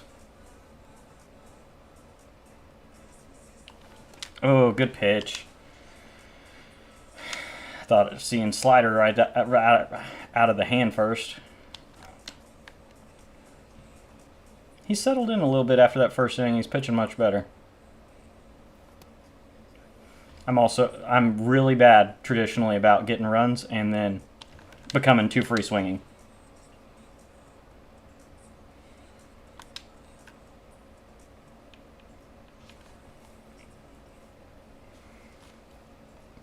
Always been an issue. I have a good approach and then score some runs and lose the approach.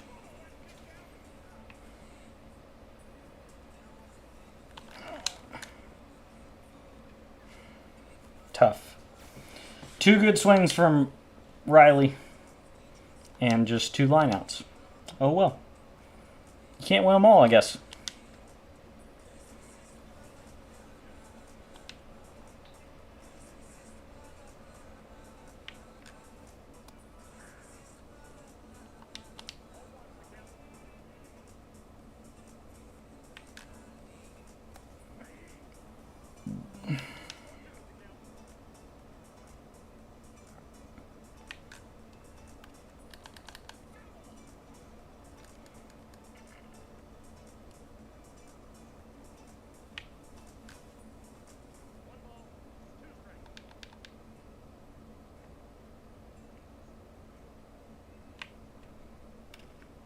Hadn't shown it yet.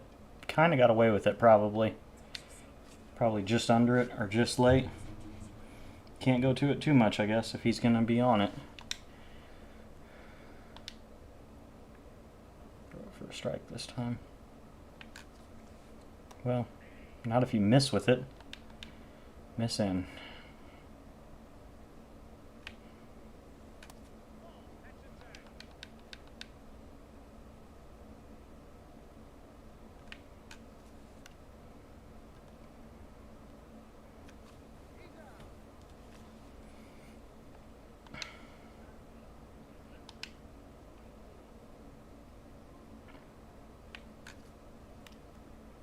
All right.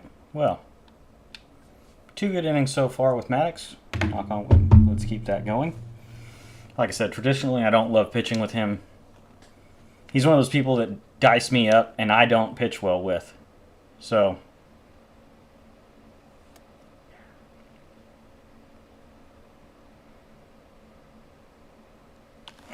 oh, sorry, Sean. Ah. And then again, the difference between the slider and the slurve. That slurve's getting just below the strike zone, and I'm still chasing it.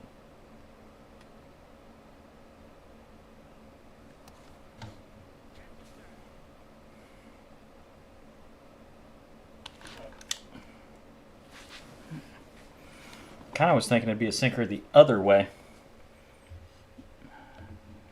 Got blessed there with a just late swing. Oh.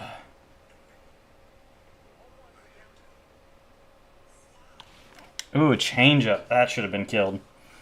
I don't know if he meant to miss up with that, but...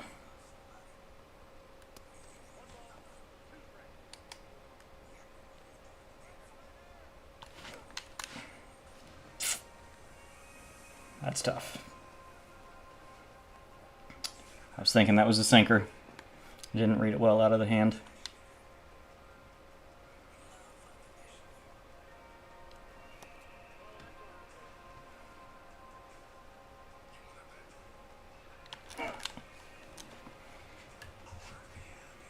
Damn. Didn't quite square it up enough. Unfortunate. 4 runs in the first and haven't scored since. Not great.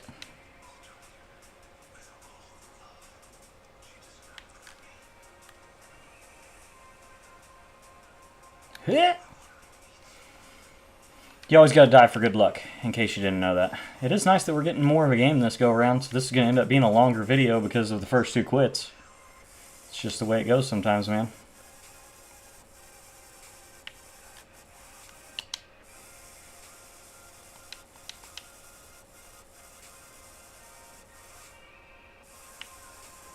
Not a great pitch, and he just missed it.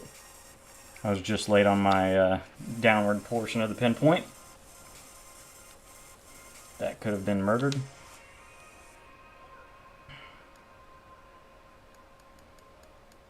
I think he's using the blooper bat, which is kind of weird with the Dodgers uniforms, and I believe his team name is Los Angeles. Not to mention, why are we wearing road uniforms as the home team, brother? All kinds of decisions that don't make sense to me here.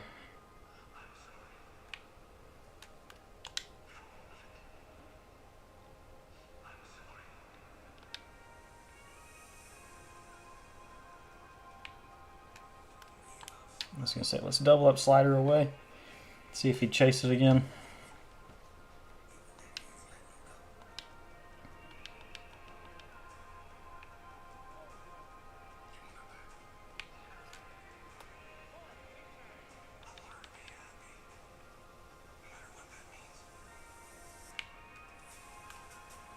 Nice.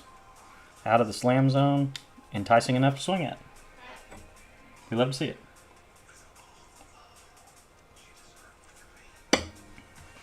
Alright, let's try to take some better swings. Get our approach back to like it was the first inning.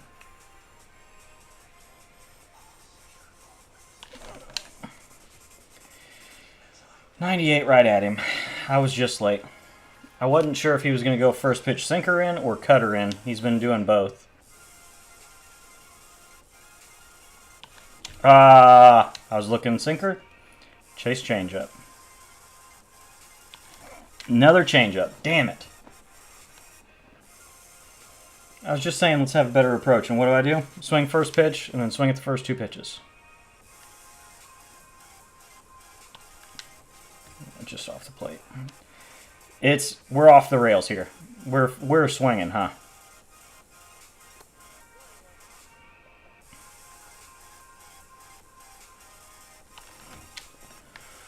That slurve.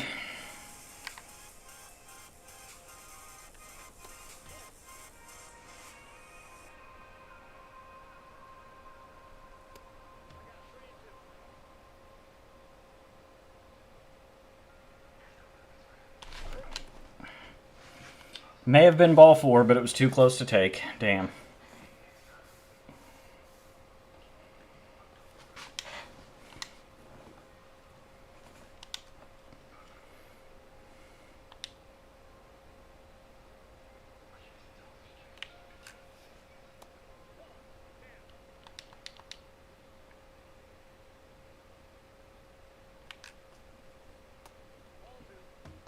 Okay.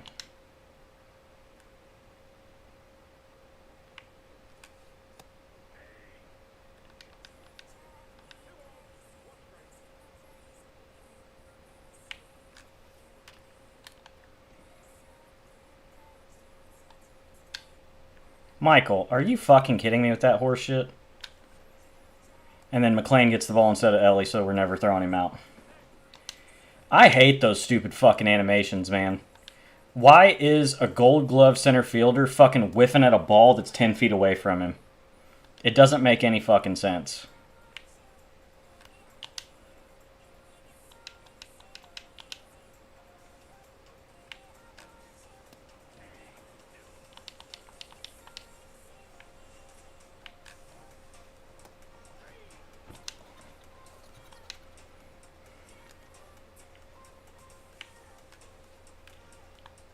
We'll give up the run further out.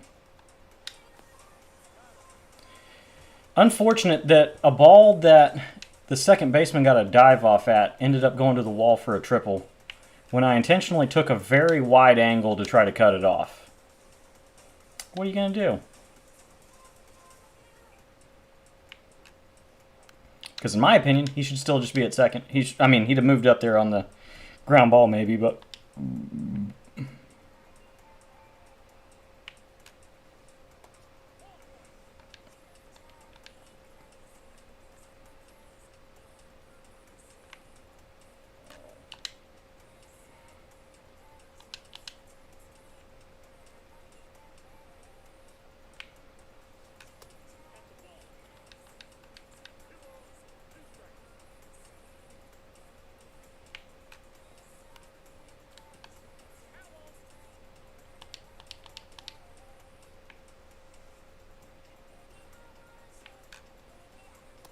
Good take.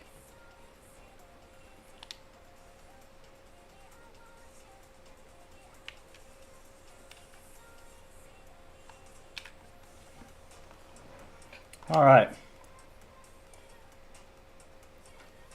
I believe that was our first hit we gave up. It was. In first run instantly.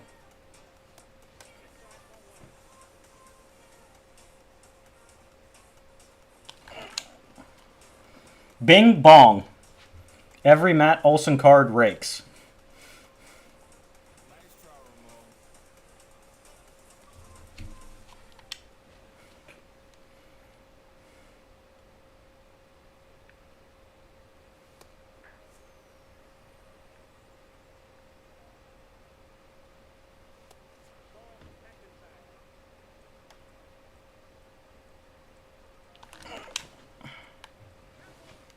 I was going to be pissed if that was a third line out with Riley, but I mean...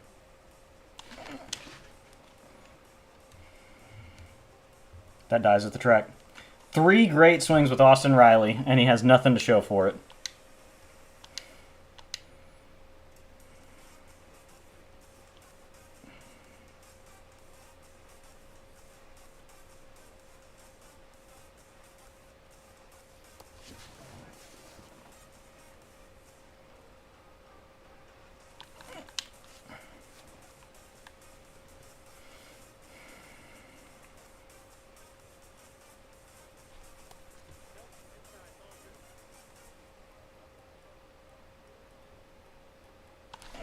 Oh, I've missed 2 sliders with Murphy.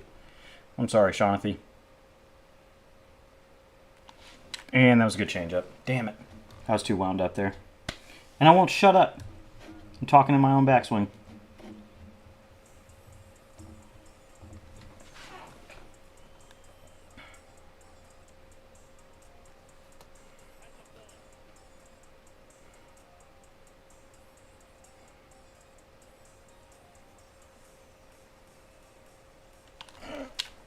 Really good swing from Money Michael.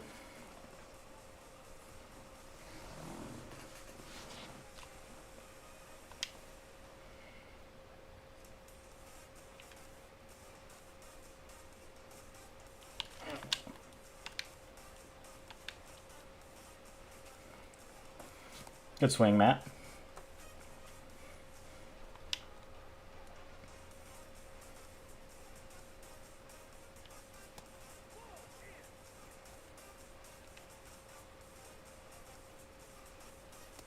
Backdoor cutter. Okay. Tap. Can I please, for once, get a check swing?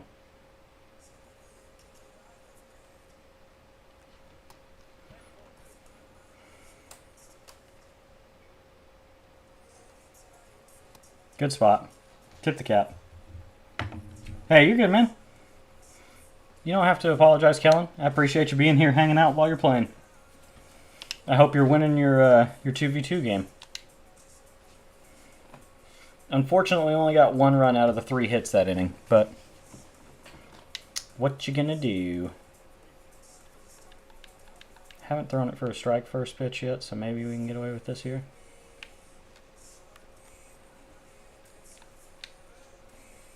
He is willing to swing first pitch still, so keep that in the back of the mind.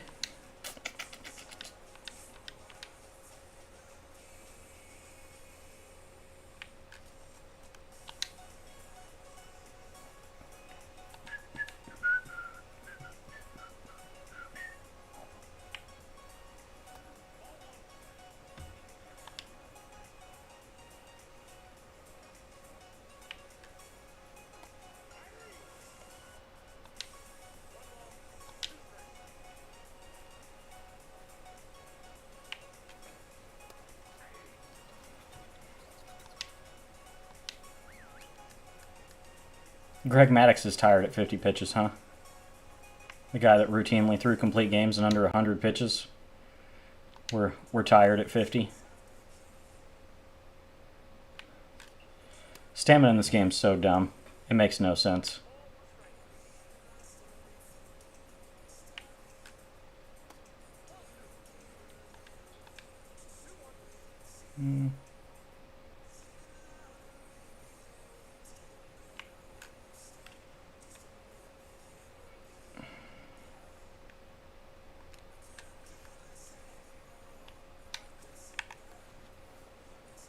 Good swing. Not actually, because it's early on a pitch that's designed to get you to roll over, and you were early on it, and somehow you get a double in the gap instead.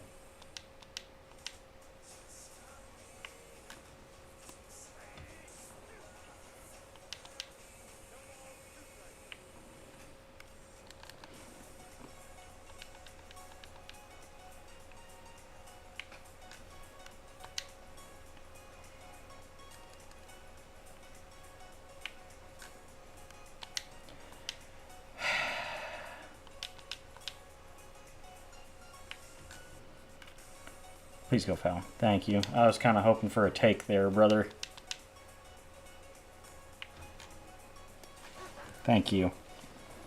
Let him foul off 4 pitches in a row.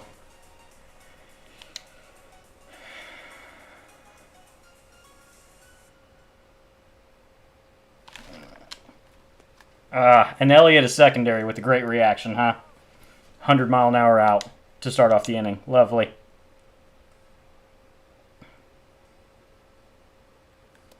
First pitch sinker in. Hadn't done that yet. And I chased the changeup. Honestly, playing Elliott third and Lindor at short is a disservice to yourself. The arm strength of Lindor hurts you more at short. You should have him at third. And have Ellie with his arm strength and speed playing short. And they'd probably both be better off.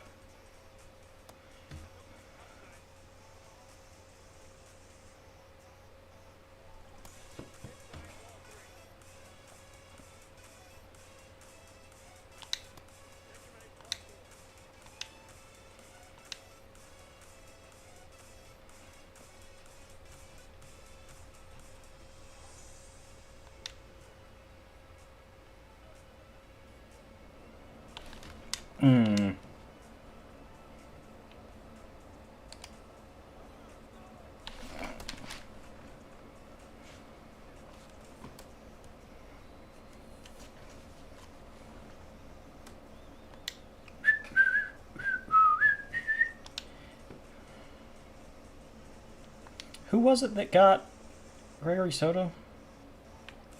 Was it the Mets? I can't remember now.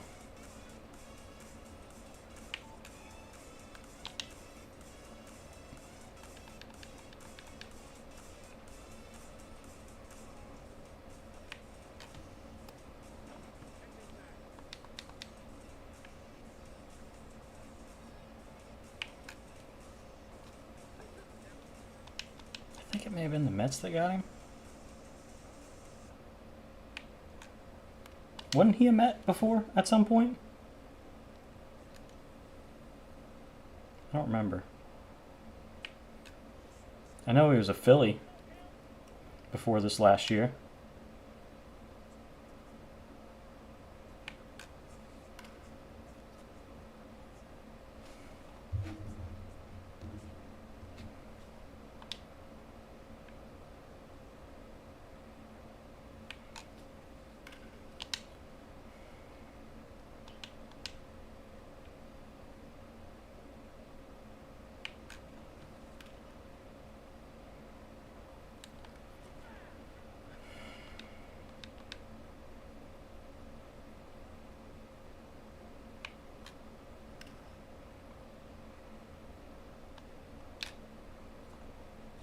Okay.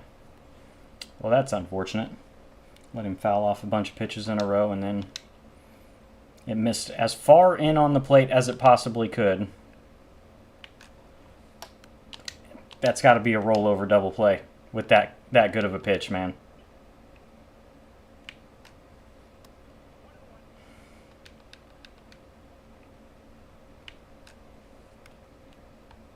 Not getting two, that's too slow.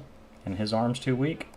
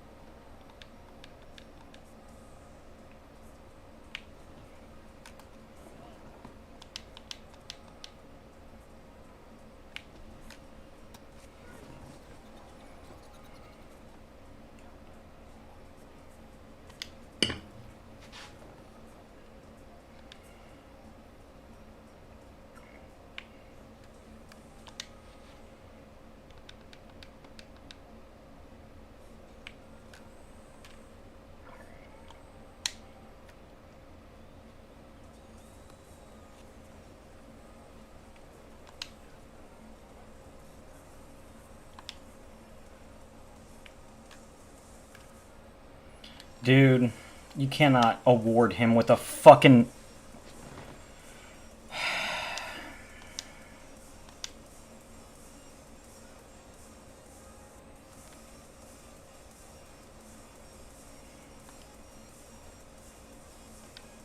freaking rolled over on a first pitch changeup that he shouldn't ever be swinging at, and we reward him with it.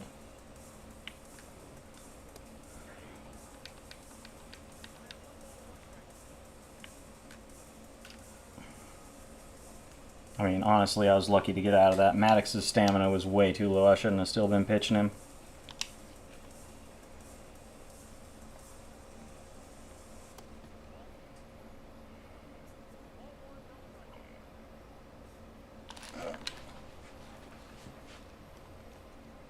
Fair ball. That's the worst swing Austin Riley's taken this game, and he's 1 for 4 now. Cool. Bing bong.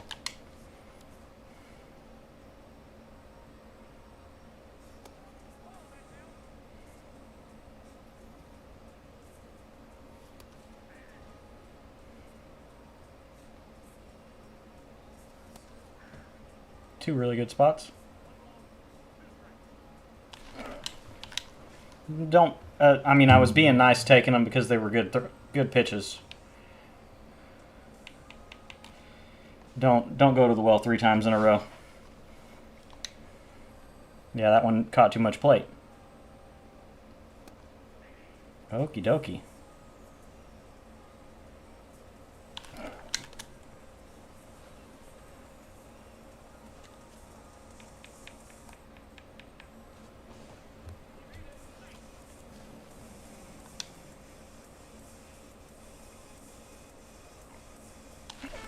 Oh, and he went back to the sinker in.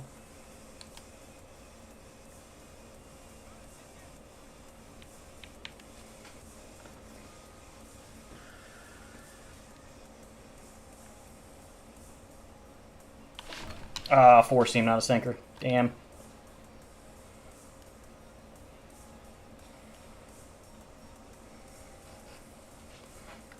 Need to see what part of his lineup's coming up and who I'm going to bring in. Yeah, it was the Mets that got him. I couldn't remember for sure, but I thought it was. Ooh, up and away sinker to start.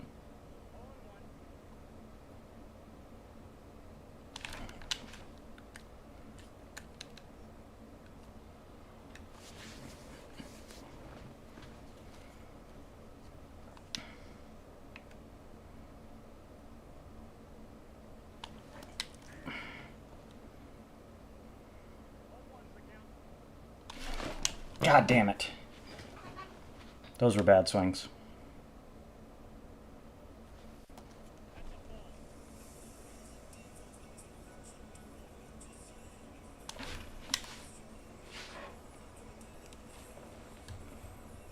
Bingus Bongus.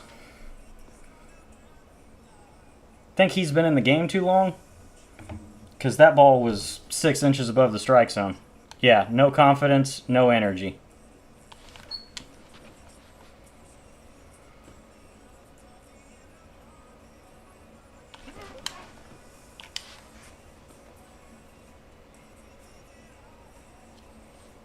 Two homer game for Chipper. Both of them off PCI swings.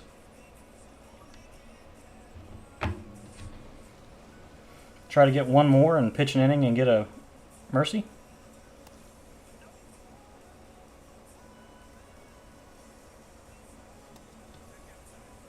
I mean, he's just leaving Gregory Soto out there to die.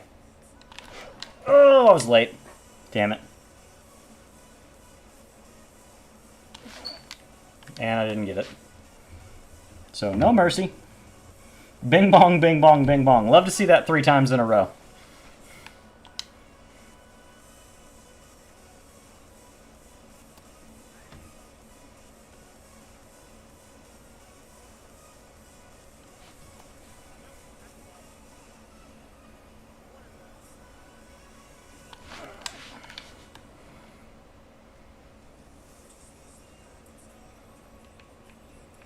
Gosh, he has such a great swing.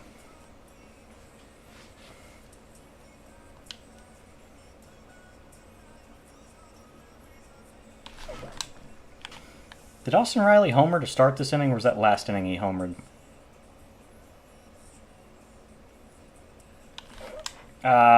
Under it. Like I said, I didn't feel confident in the swing that I took with Hank. I felt like I lost the focus that I had. Alright, so we're bringing in a righty. Let's bring in somebody that throws hard, since we had slow throwing Greg Maddux all game. We'll throw him off a little with the harder stuff. I would love to use Uncle Jesse here, but I'm not going to throw Greg Maddux into Uncle Jesse. That'll just be like batting practice. Going from super slow to a little bit faster.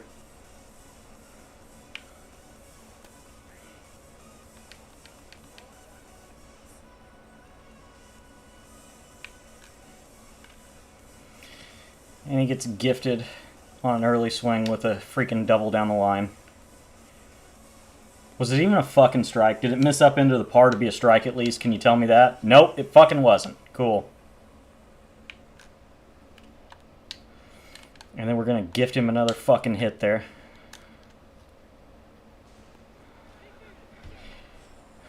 How many hits this guy got? 4? 7?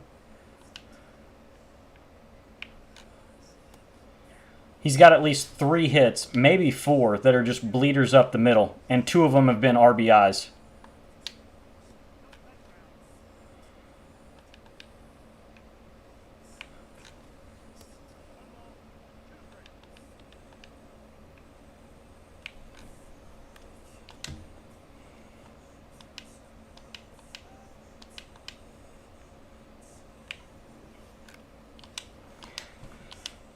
That's the other tough part about All-Star, man, is that people are going to get to foul everything off. Disappearing ball trick. I was going to say, are we too horned up for the four-seam? Now we're watching a four-seam. Now we're confused. Now we're out in front of a fork ball. Must be junior high science because I just dissected him.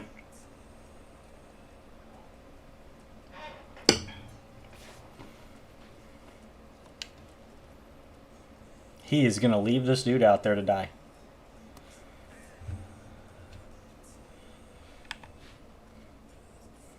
I mean, I get it. You're out of the game, but like not bringing in anyone else is pretty wild. You let the lead get really out of control when it was like a 3 or 4 run game. Oh, good changeup. Tried to fire on a four-seam or sinker up and just late. Is that a 3-hit game for Money Michael? I think it is.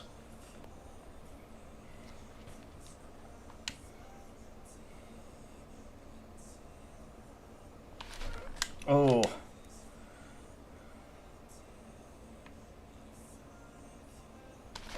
Oh, I was late. Ronald's gonna... Oh, he didn't get there with the speed. I thought he would.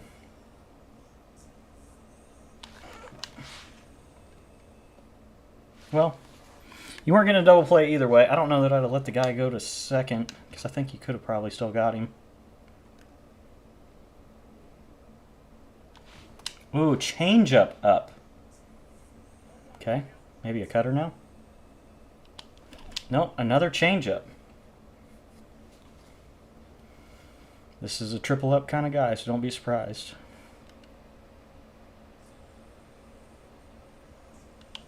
Yep.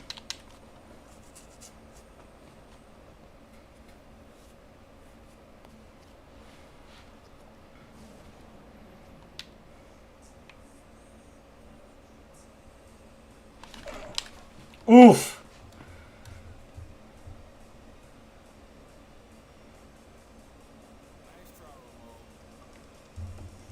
Bingus bongus.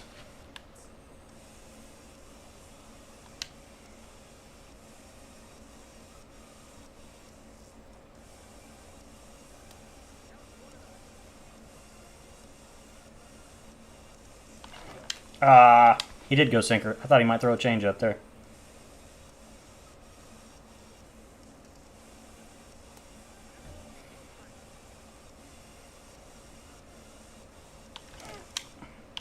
That boy Chip. I was going to say, Ronnie, please don't throw me out twice this game. 3 hits for Chipper. I don't believe I've got a 3-hit game with that Chipper yet. Oh, he went four-seam. Okay. Cutter in, not cutter away. Okay. Change up. Good change up. Good change up, man. Beat it in the ground. All right.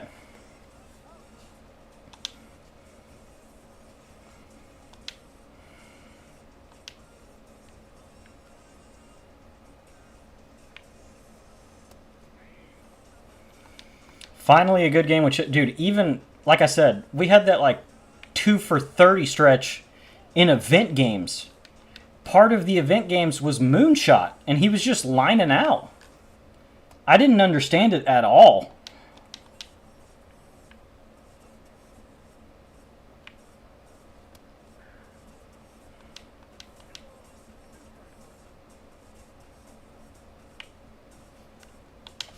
Chipper has, in my opinion, the best swing in the game. And mix it with his quirks, like any Chipper card bangs. So I did not understand why I was struggling so bad with him. And it wasn't that I was struggling, it was just I wasn't getting any results from the good swings that I was taking.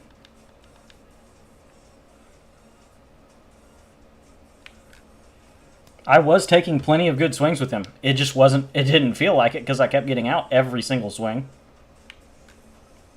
2 homers and a double is a nice game for sure.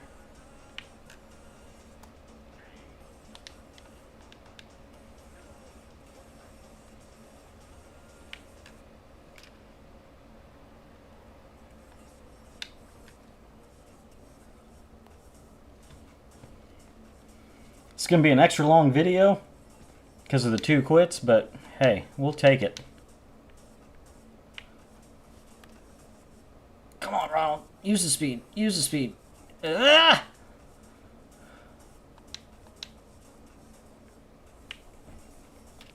Okay. Well, clearly we're getting used to the 4-seam. It was way too fast for him for a while.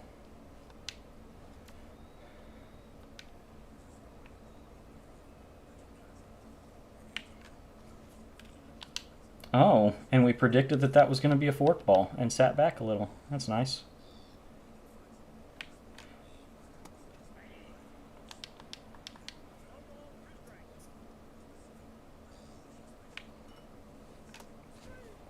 But you weren't completely ready for off-speed that at bat.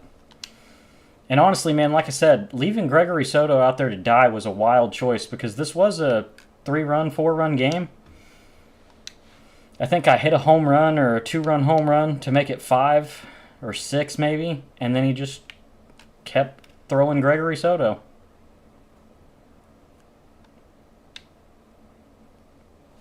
Four-hit game with Ronnie. He's probably the player of the game. Just a guess. Unless Chipper had more RBIs and then they give it to Chipper. We will see.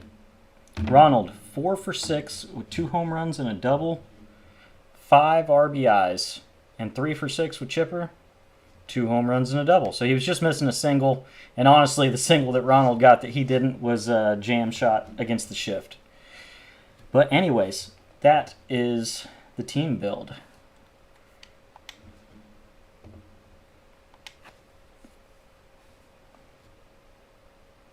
Yeah, we can play one co-op game to end stream. I'm going to do the A's team build and hopefully get a full game with that, and then we can do that. We can play one.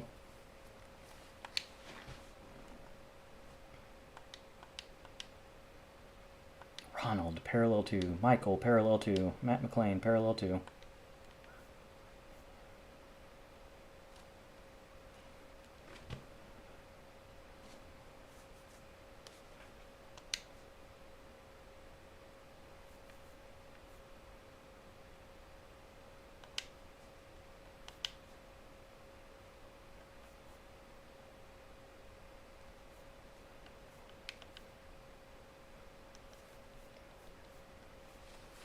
Record a little outro. So that was the Braves and Reds Speedway Classic team build that we ran.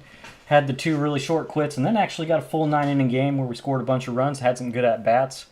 Ronald hitting .667 so far with a double and 2 home runs that last game, 3 perfect swings.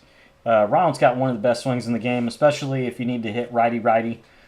He's just quick. He can get to velocity inside, but he's still got a good enough bat path that he can stay on off-speed away. He creates great launch angles. I don't need to tell anybody. Everybody knows the type of card and player Ronald is. Nice to finally have a decent game with Chipper. Like I said, I had like a 3 for 30 streak on All-Star in event games, the All-Star game event, just lining out. At-bat after at-bat after at-bat, just taking good swings and couldn't get a hit. So it was nice to get 3 hits with Chipper, a double and 2 home runs. Matt Olson, still a GOAT. Doesn't matter what card it is. 2 home runs that game, or no, 1 home run that game, and he had 1 in the 2 quits, I believe. It's kind of hard. This has been over like a 2-hour stretch for me now with the quits. But, yeah. Matt McClain, like I said, underrated player, underrated swing. I wasted a couple at-bats of his, and he had a home run that got deleted, so his average would be a little higher, and he'd have 2 home runs. But the guy at Yankee Stadium deleted it because he was soft. But anyways, that'll be it for this video. Thanks for coming out. I'm going to have to jumble 4 things together. An intro, 5 things together. An intro, 2 quits, an 9-inning game, and an outro. I don't know that I'm good enough to do that. We will have to see.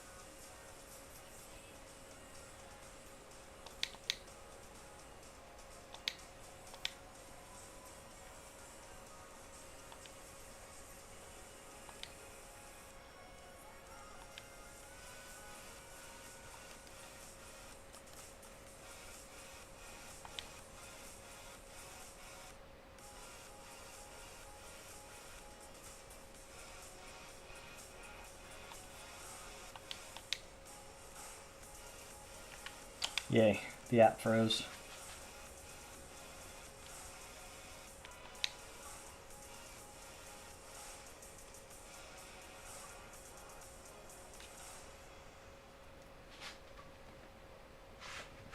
Did anybody else watch the Battlefield 6 reveal stream today? I can't tell you how excited I was watching it. I'm a huge fan of Battlefield, and it looks awesome. It sounds just like Battlefield 4. The way the weapons feel, all of the little sound cues from like capturing objectives and radios cueing, like everything. Even the little finite sounds a lot like Battlefield 4. And then the TTK and the player movement seems a lot like Battlefield 1. It's not a slow time to kill, but it's not lightning fast like Battlefield 3, Battlefield 4. And so there is a little bit of time for like who's more accurate, who can play with cover a little bit better. I'm very excited. I loved Battlefield 1, especially once they made the patches later in the year and got rid of like the random bullet deviation. I hated that shit.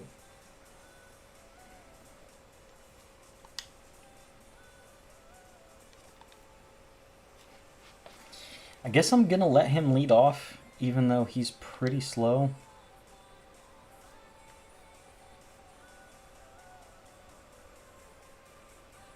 I mean, my other option is move everybody back a slot and have this guy lead off. He can't steal, but at least he's got 80 speed. Or have Matt Chapman lead off, who can't steal, but does have decent speed. I actually kind of like Chapman in the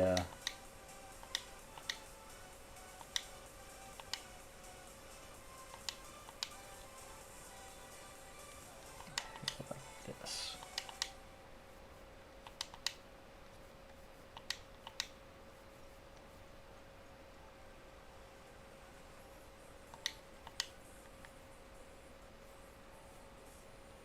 Yeah, and Chapman's really sandwiched between some righties. Okay, yeah, I don't mind that.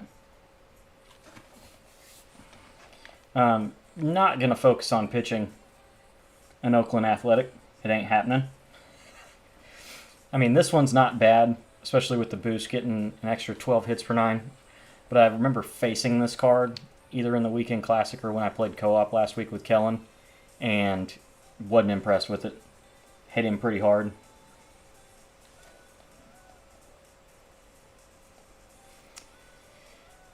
Same thing with this. The clutch being so low. I mean, this is from May. So, 2 months old. Kind of understandable. But his K per 9 is just... ugh. And then the A's are another one of those teams. They have done a really bad job this year of making sure that teams don't just get repeat captains. So the A's have 3 hitting captains. All 3 captains they've got this year. They got Matt Holliday, Brent Rooker, and Jacob Wilson. So you can't run a double boost with the A's. You can't do it with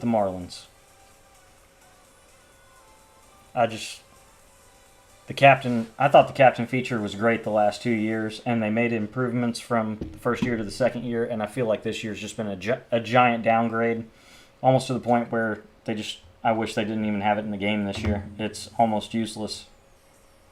You have to go way out of your way to use it and make it work. There's very small scenarios like running tier 1 Diamondbacks or Guardians is viable so that you make your Cattell or you make your Jose Ramirez better, but that's really it. You're running a boost to make one player better.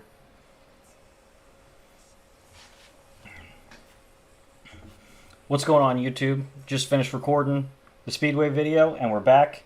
We're going to run an Ace theme team build in this video because we just got this 99 Shea Langoliers as the spotlight player in the program. He's got a good swing. He's got catcher pop time. I usually enjoy Shea cards. There have been some that have been kind of hit or miss, like sometimes not do great with his live series and Battle Royale or what have you. But then the other one, we also got the milestone Nicholas Kurtz for his 19 total base game for hitting 4 home runs, including one that was off a pitcher. But still never easy to hit a home run. So I figured it would be a good opportunity to run one of the better captain boosts, honestly. This is only a tier 2 boost. The hitters all get plus 8 power from this Brent Rooker card. And then the pitchers get plus 12 hits per 9. Which Mr. Gunnar Hogsland won't be entering the game. We may throw Jamie Arnold if it's a lefty-heavy lineup, but then it also helps out Dennis Eckersley and new Padres legend Mason Miller for the last little bit that he's viable with this boost. So yeah, let's get into it. See how this team plays.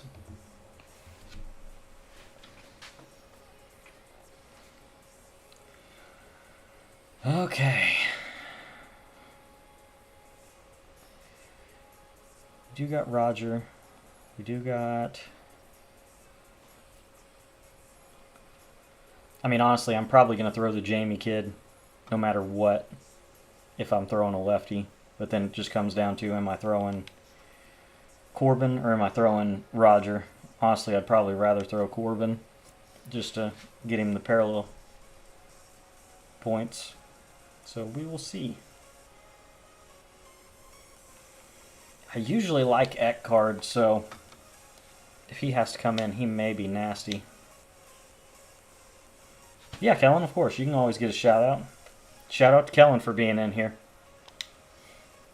Kellen is always a big supporter, always in the stream, hanging out. W co-op teammate as well. We're currently undefeated in co-op. We got a loss because of a disconnect that he had. We got a loss because of some losers that intentionally froze the game in the top of the first after hitting the first 6 batters in a row. But haven't lost a game that we actually played yet. Just throwing that out there. Man, when did I use Mason Miller? He has 3/4 energy. That's weird. Alright. Let's see how this team does, man. We're facing Chase Burns, Outlier 4-seam, and a couple breaking balls. Not great for our righties, but it's a pretty balanced lineup. We got 3 lefties. A couple of our righties are actually a little bit better against righties. And we're playing at the Speedway Stadium. Okay. I haven't minded it too much when I've played the event games that I've played there, so we will just have to see how it goes. Some decent averages for an all-star player. Batting average is a little low, but his at-bats per home run's pretty high.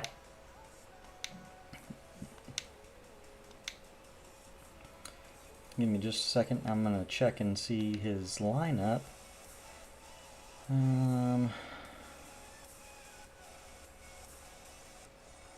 Yeah, I think I'm going to throw the A's kid, the lefty. I don't even remember what his name is right now. 12-6 sweeper, slider, 4-seam, changeup. Slider. He's got kind of a funky release. Yeah, he like slingshots it. Almost like low 3/4. That's a little odd. Don't know how I like that.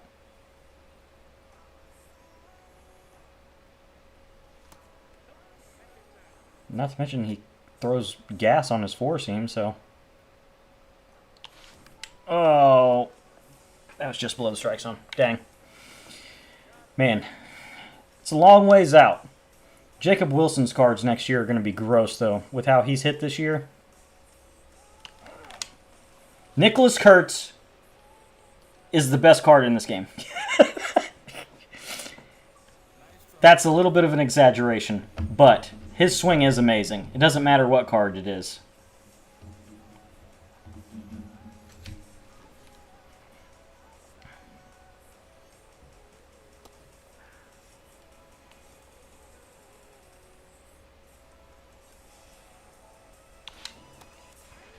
Don't get a check swing there, huh? Cool, cool, cool. Oh, good slider. All right, well, we got one. Bing bong. Nicholas, man. Nicholas just hits dingus.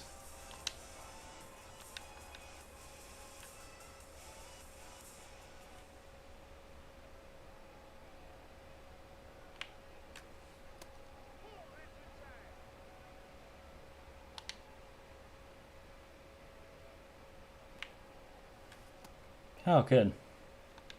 We're starting off really good.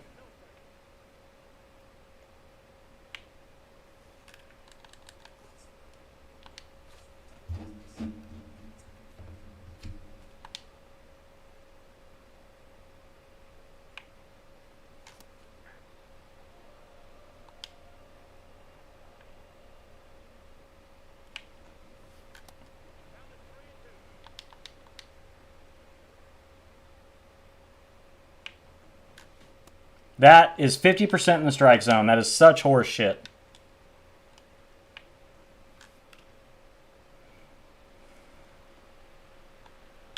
We are going to slide step. Shea's got 95 arm strength, and he's got catcher pop time, so we're going to slide step. See what we can do.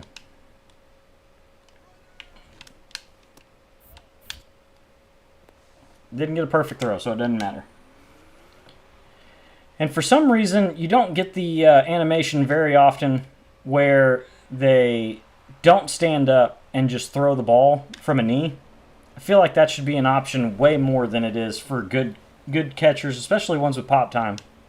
I don't know what goes into the logic of it.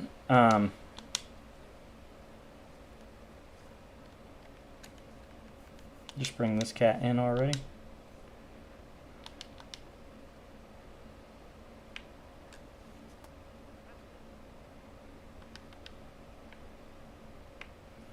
The one downside to Robleski that I think of every time I'm using him as an opener is he doesn't have a changeup. And it is definitely a hole in his repertoire. But what are you going to do?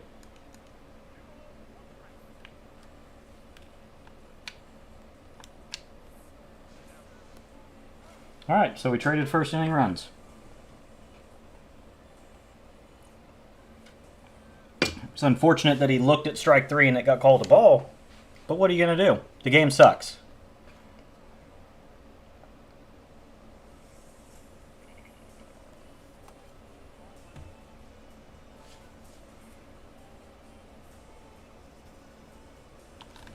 Oh, got in off the plate a little bit. Dang. Good swing. And PCA's a dickhead. Oh no. Is that Bobby Witt?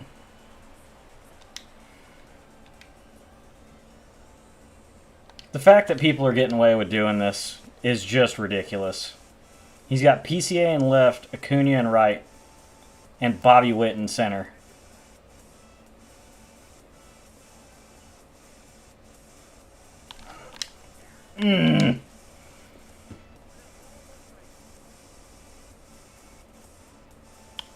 It's going to have to be a game of a lot of focus, this game, with this, at least while Chase Burns is in. He has a very weird delivery. I should have had him. I didn't think he was going to be any good at all, though. Should have had him on the Braves Reds team build.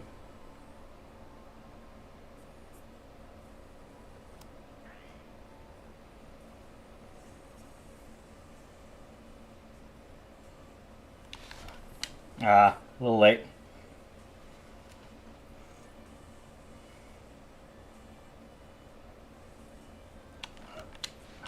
Ball. Just take it. Just take it.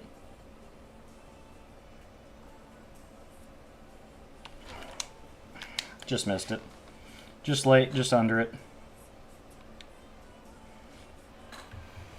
Yeah, I'm so sick of that bullshit this year where you just put a 99 speed shortstop in center field and it works because they get silver fielding at P5 or whatever the shit it is. This guy throws his four seam 99, so that's nice.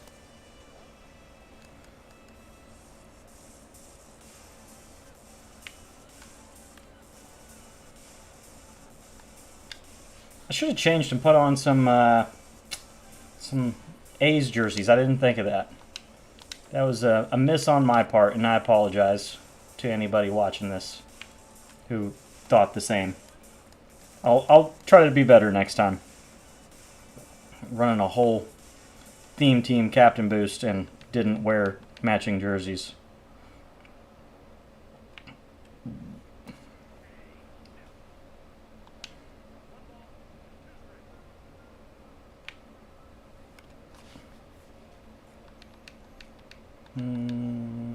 Throw that off of what I just threw, maybe. Except the downside of All-Star, man. Everything gets fouled off. And then he takes an absolutely dog shit swing at something that almost hits him in the front leg, and he gets a perfect homer on the next pitch. That is the epitome of MLB The Show.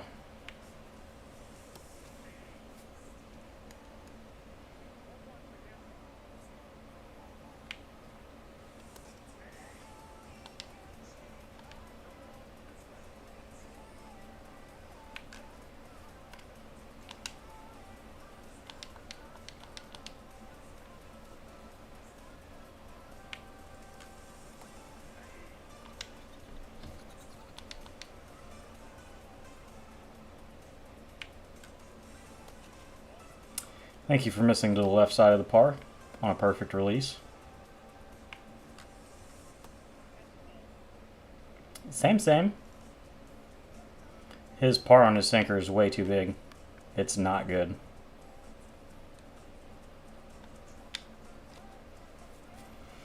That's the pitch that Ellie killed because it missed down the middle on a perfect release.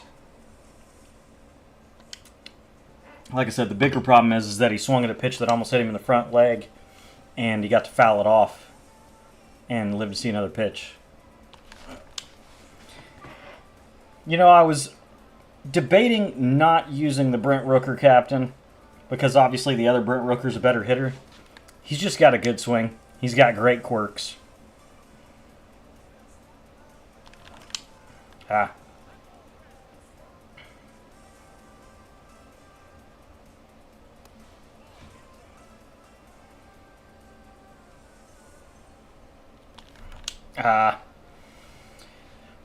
We got to get locked in soon on this release point. He throws it kind of weird, but we gotta punish pitches that we can. It was a good spot for a changeup. I got blessed, so beat it into the ground just enough to get it down the line. And he's got Ellie at third and a secondary. Like, this whole team build he's running is weird.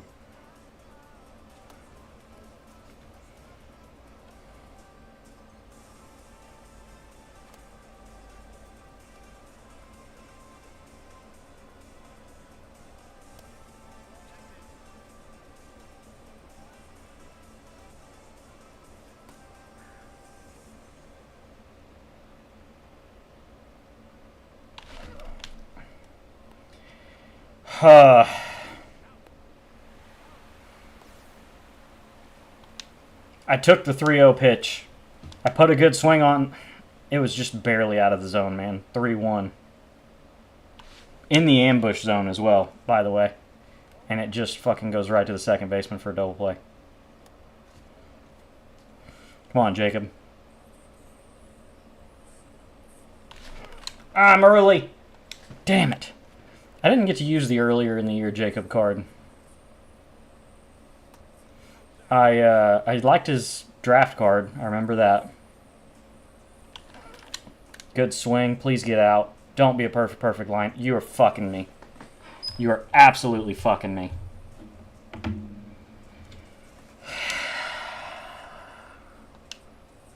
Wow.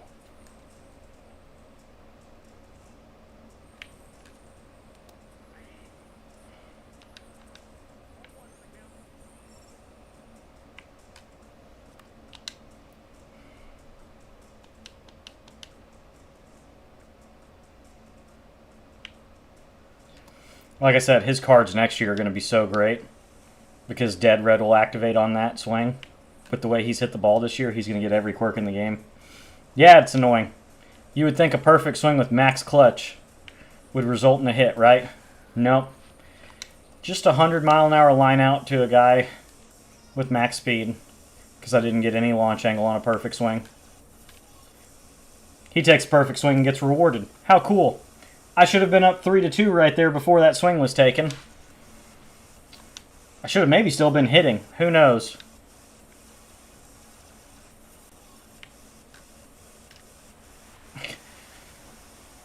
Brooks Lee with 80 power on a changeup.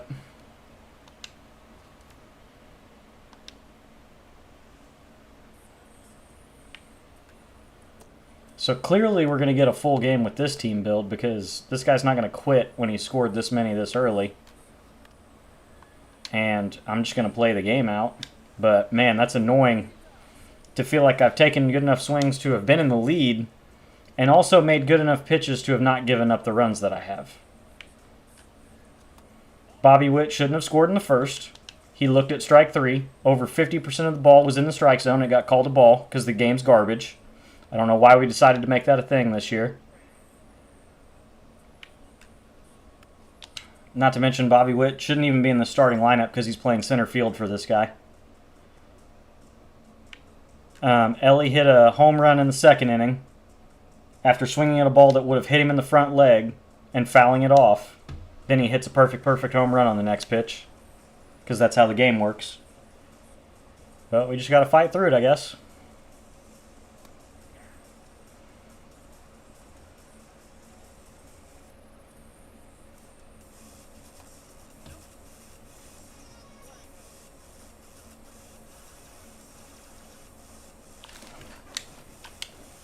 Don't know that that one's going to leave. Didn't quite square it up enough.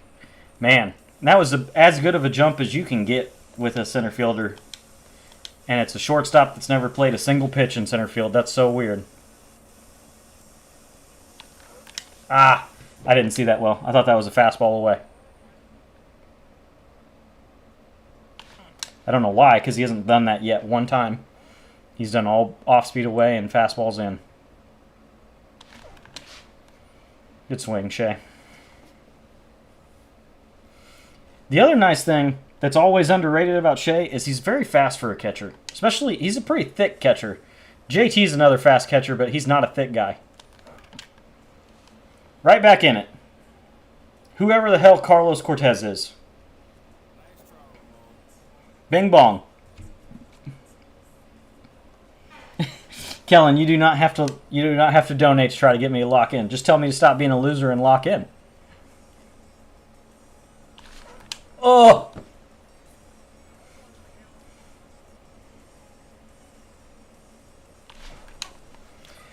He's also not going up and in. He's going belt high in, which is kind of odd. Which if I hit many of them, he's going to start going up or down.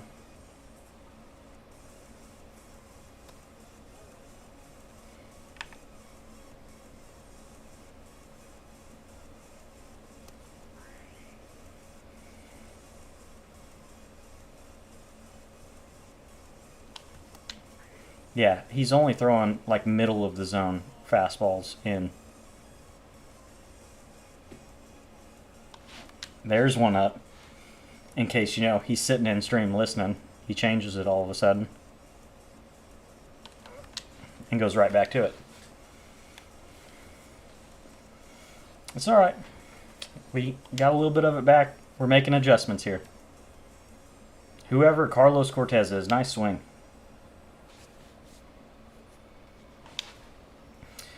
This fella's probably got a pretty short leash moving forward.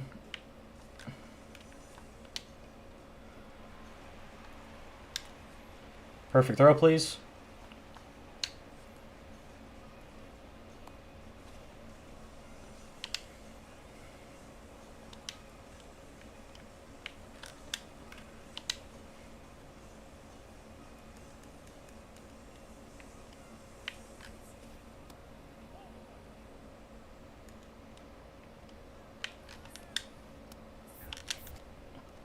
Slide step.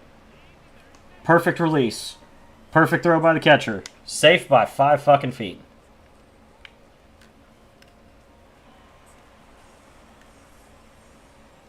I mean, you're not throwing him out third, so just throw it in.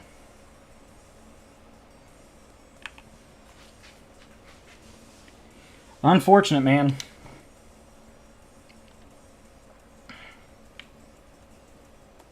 Good spot. That wasn't even a perfect release. Neither was that. That was a really bad pitch. That was a worse pitch. Dear God.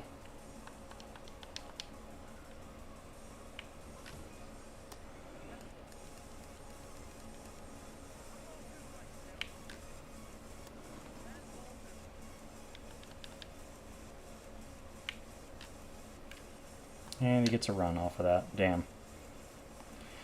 I mean, it's still early enough. If I didn't want him to score, I should have brought the infield in, but I was fairly confident lefty-lefty that I might just get a fly out or a strikeout. Instead, I got the fly out on the very next pitch. That would have been deep enough to score him on a sac fly anyway, though, so. All right, same number of hits. Still down 2, though. So let's just keep locking in and grinding away.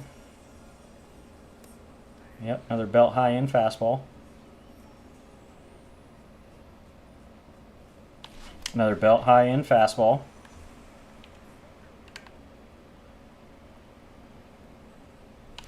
And a changeup. The double dive.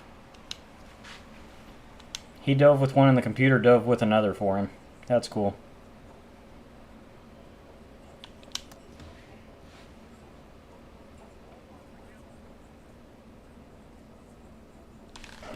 Ah, I'm early.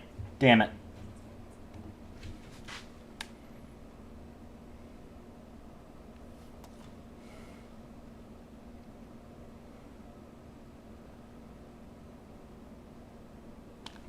Good spot. I was a little late. Yep. I don't know about too late. That's a little generous, but... And I'm early. Damn it. He messed up with the changeup. You got to abuse it. And I'm early. All of a sudden, I mean, he's not tired. Why is his outlier not outliering? That's fucking wild. His four seam's supposed to get up to 104 miles an hour, and he's throwing it 98 over the middle of the plate, and it's fucking just getting fouled off into the net because it's not outlier.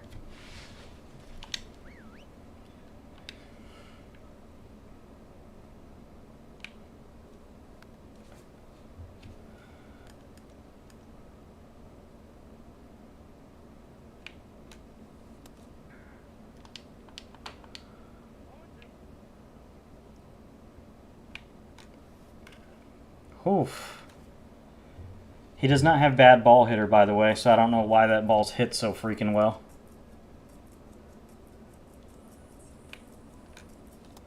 What a take. Throw this off of that and see if we get a swing and a miss. Of course we don't, but at least it's an out.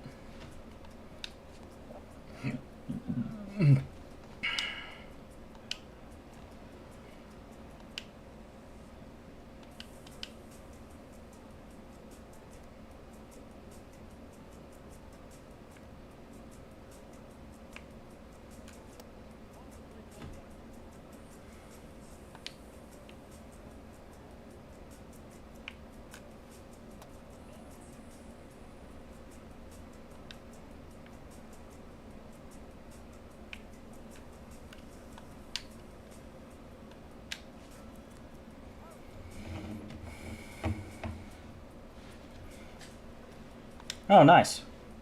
Yeah, I've been kind of big on not trying to force using 99s just to try to make my team overall look better. So, like, I'm sure there's plenty of relievers I could use to raise my overall as well. I just don't want to, like, I want to use the people that I know I'm better with, or like especially on my bench, I want to have the better options that I'd like off my bench. I've got other 99s available to come off my bench, but I like having Buxton on my bench to hit against the lefty.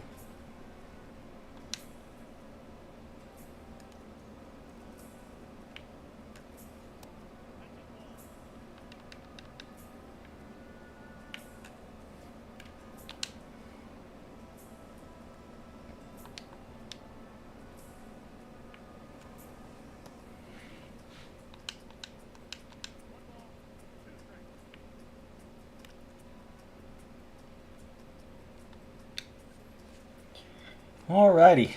That may be the end of the road for whatever that pitcher's name is. I can't even remember now.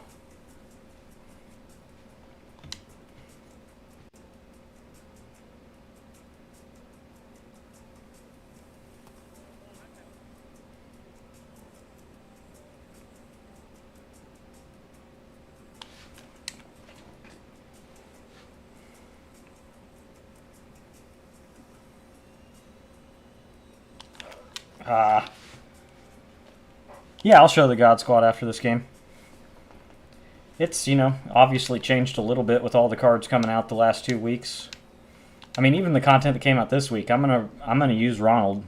I'm a Braves fan. He's one of my favorite players. So he's gonna be on my God Squad, obviously.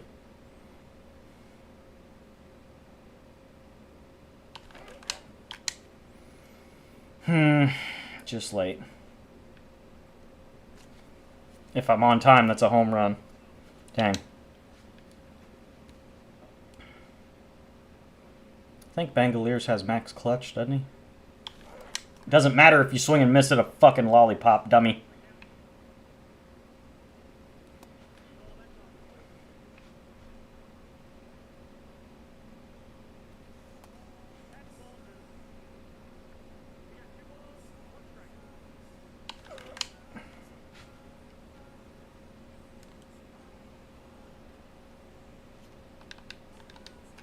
Alright. Threatening. Threatening. Go ahead, run at the plate.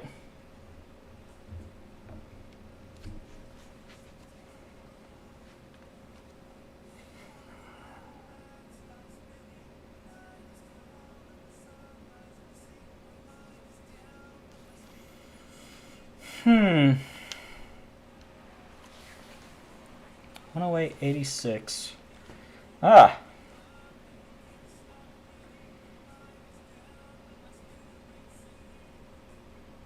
I mean, he hit a homer his last at bat, I think. So let's give him a shot.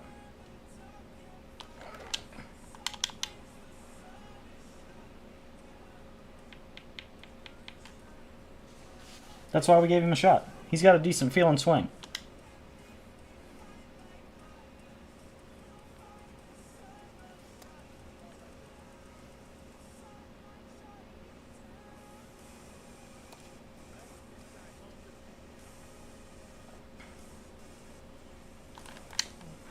Yep, there's that belt high four seam in.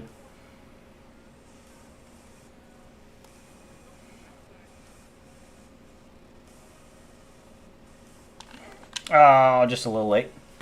Dang, dang, dang. I haven't swung it good with Dick Allen this game. That's unfortunate. I threw him on this team just because I've enjoyed him so much. Not even because it was A's related.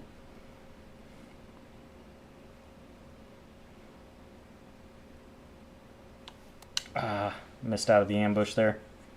I was thinking he might go away. And he went in both times. Damn.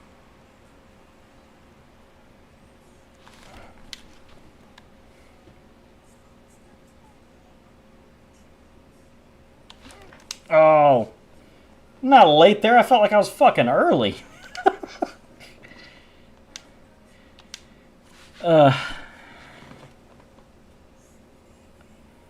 Is tomorrow night the Speedway game or is it Saturday? I don't even remember now. He's still green, so I guess I'm going to give him the at-bat against Cal Raleigh because he's worse against a lefty.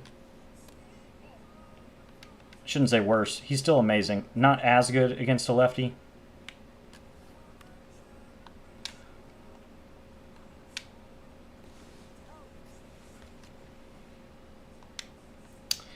Now. Eck, maybe? Eck's a little funky. Let's see if it throws him off. Keep with the A's theme.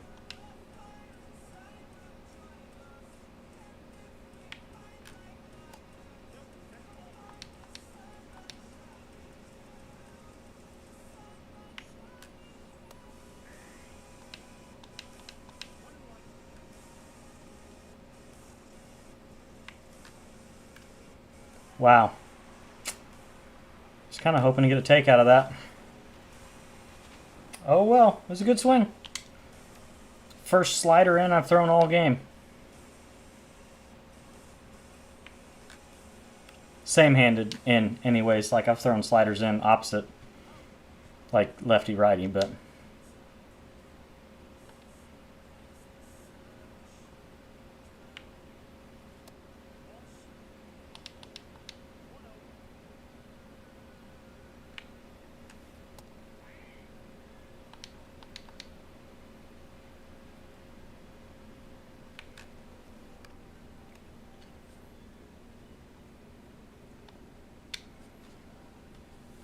Alright, try to get that run back. Everything this game has been against us, though, so, I mean... Late swing. Damn. Alright, missed the first pitch, four-seam belt high in. Yay.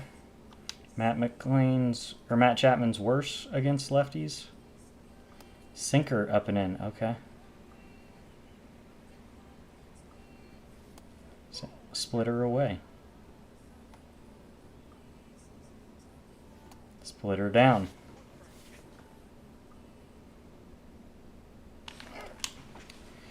Sugma. I hate playing games like this where I feel like I'm not getting rewarded for my swings because this dude's pitching sequencing has been the most predictable I've faced in a while. Fastball in, away. Fastball in, away. Fastball in, away. Fastball in.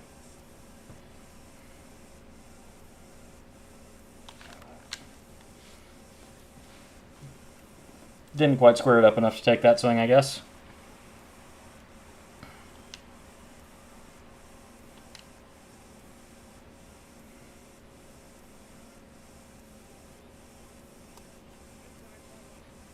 Jacob Wilson's had some really good swings and he's over. That was a really bad swing. Didn't feel late, but didn't get the PCI anywhere near it, so that sucks. Tied it back up. Good swing by Matt Chapman. He's worse against lefties, but the dead red definitely helped, I believe.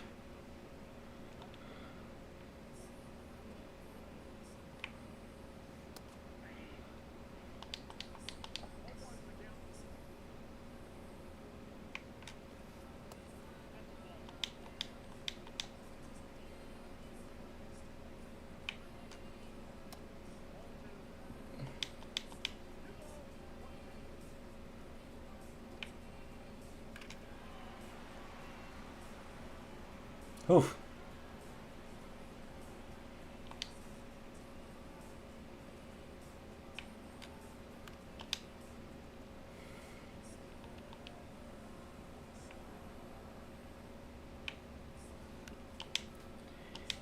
He's just going to get to foul off a bunch of pitches. That's cool.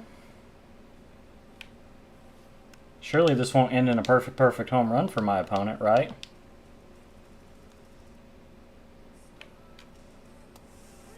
Surely this won't end in a perfect home run for my opponent, right?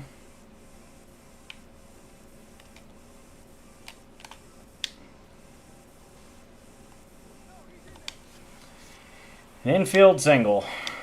Just as good.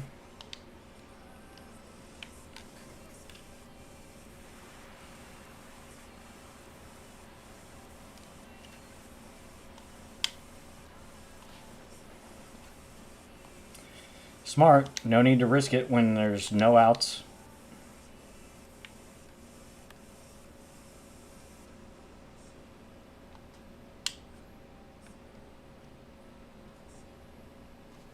Still just one out.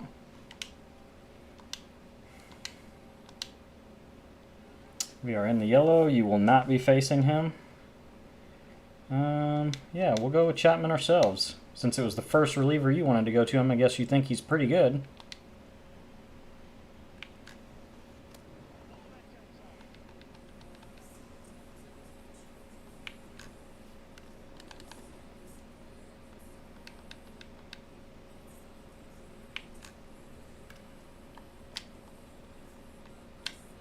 That's okay. Still got 2 innings to go. So, we got the out. And we're out of the inning now. Second and third, no out, and only gave up 1. Not ideal in a tie ball game, but in real baseball, you definitely bring the infield in. In a video game, I'll take my out and take my chances to score another run at some point.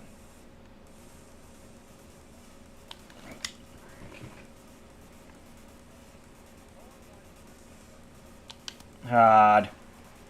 Just take it if it's not there.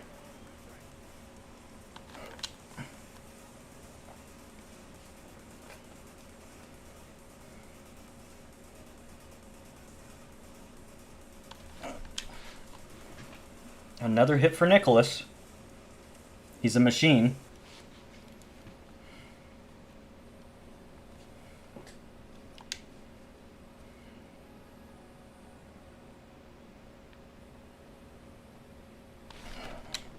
Get down the line. And it's hit so fucking hard it's a double play. Nice. Another homer for Carlos Cortez. Who the fuck is this guy?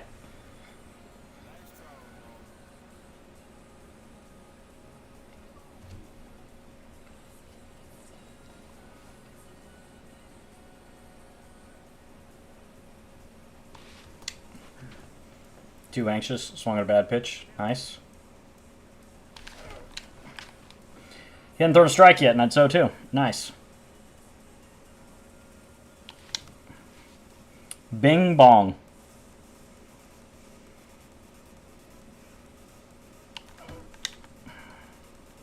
Nice. Gifted. Gifted. Get him in the Hall of Fame. I don't know who he's also, he plays a ton of positions if I remember correctly. I have him at second, but I think he's a primary right fielder. Oh! I saw that pretty good.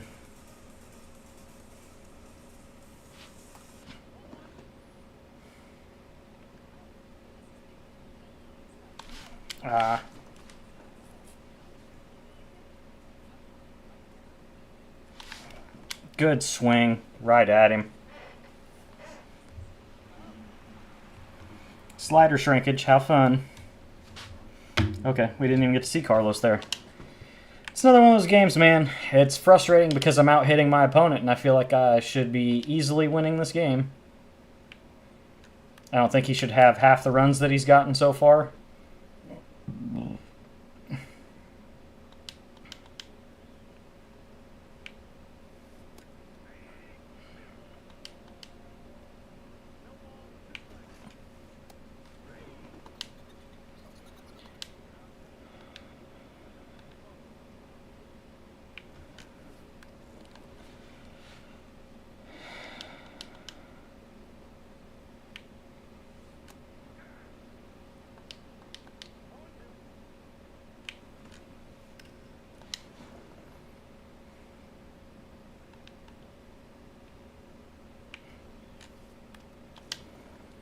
Foul ball city, huh?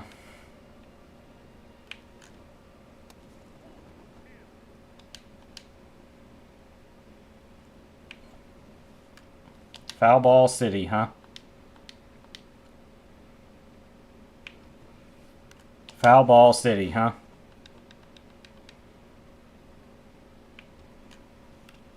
Oof, he just missed that.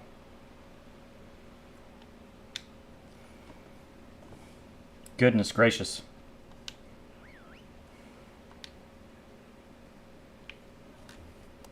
Good spot.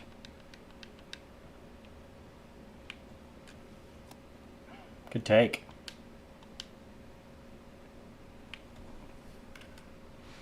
Okay. Let's go kind of up and see if he swings through it. Nope, he gets a fucking foul ball every time, man.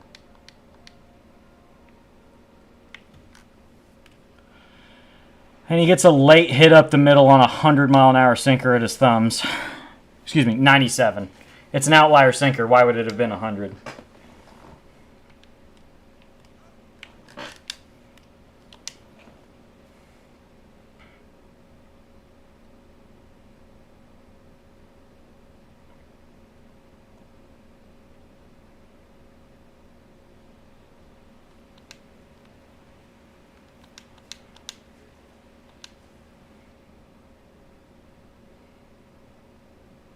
If we go to extras, brother, you're just burning bench for no reason. You're burning bench for no reason.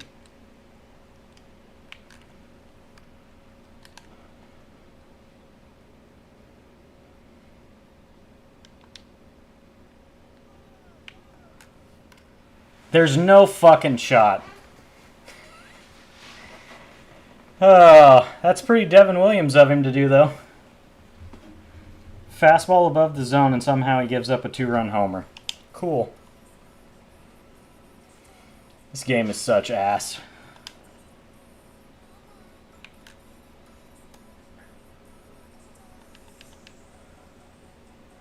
It's just like my weekend classic game where Jason Varitek hit a 3-run bomb on a ball above his head. In a tie ball game as well. How crazy. Yep, of course we get a foul ball when we're late on one of the nastiest pitches in baseball.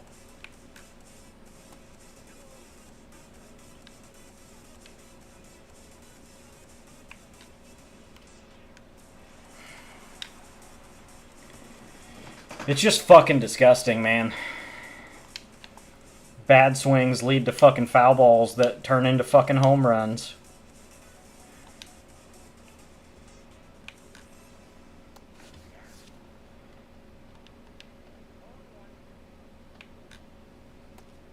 I mean, this dude's swinging at just about every pitch all game. And then he takes a very close, very good pitch. That's so weird.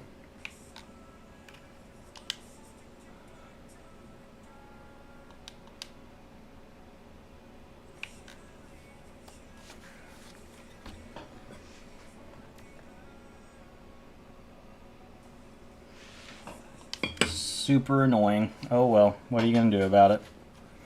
Yeah, I mean, it was one of the worst instances I think I've ever seen in how this game functions. Roger Clemens got taken yard by Jason Varitek on a ball. It was literally, when you get the pinpoint circle to show up, it was in the pinpoint circle. I threw a fastball up, and he hit a 3-run homer off of it.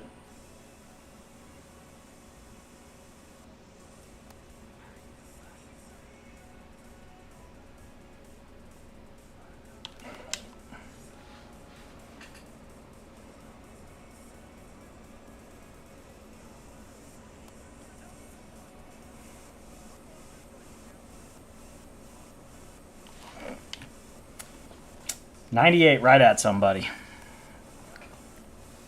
But he's got 4 bleeders up the middle this game. I can't hit balls hard without hitting them at people.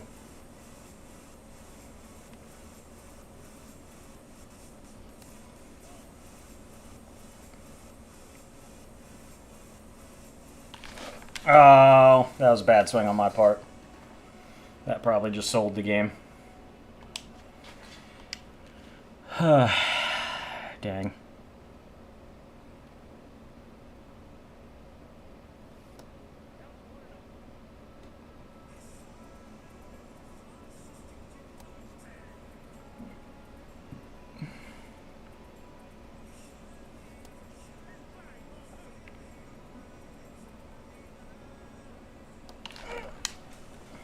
It's going to be a foul ball. Yeah. Foul by 2 feet.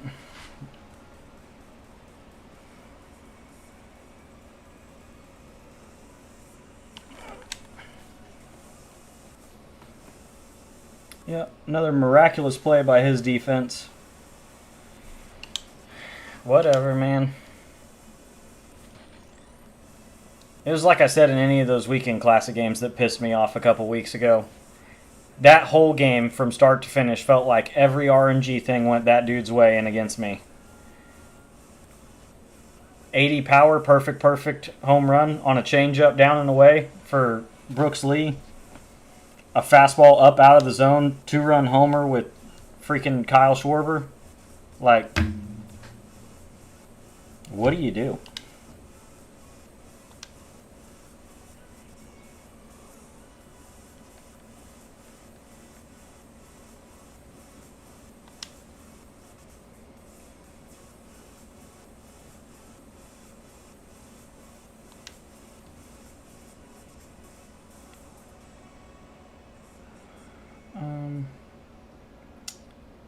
Is there a way for me to...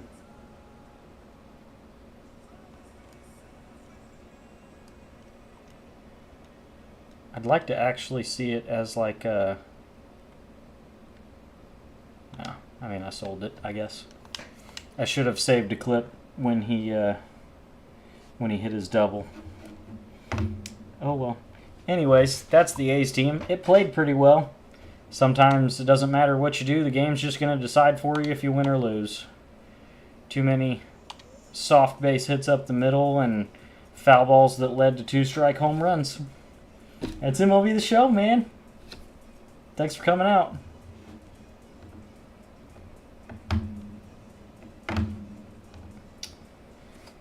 Kellen. Well, the screwball is kind of confused. It plays off his 97-mile-an-hour fastball really well. So, I mean, I've had instances facing Valenzuela or whoever that's got a screwball where I feel like I'm late on it when I shouldn't be.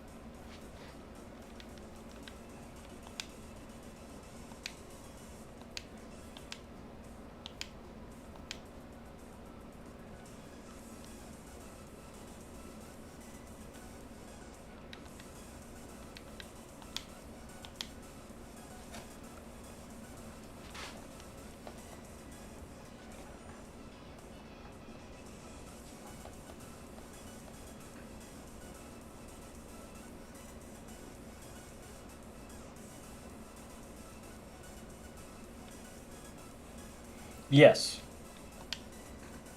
That's what I was kind of messing around with here anyways. I'm trying to see if there's a viable way to run the Braves Tier 2s like more as a God squad. So like Chipper gets boosted, Michael Harris gets boosted, but it just makes it so dang hard because you don't get to use, like, I'd clearly like to use Schwarber as my DH, but you also don't want to get too lefty heavy. I've moved Cal to my bench anyway, so, but then I don't have Ted. Starting pitching wise, you start using some starting pitching instead of who you'd like to use. Like I've got 499s there that would I'd rather have in my rotation than at least Chris Sale. You got to eat a spot in your bullpen.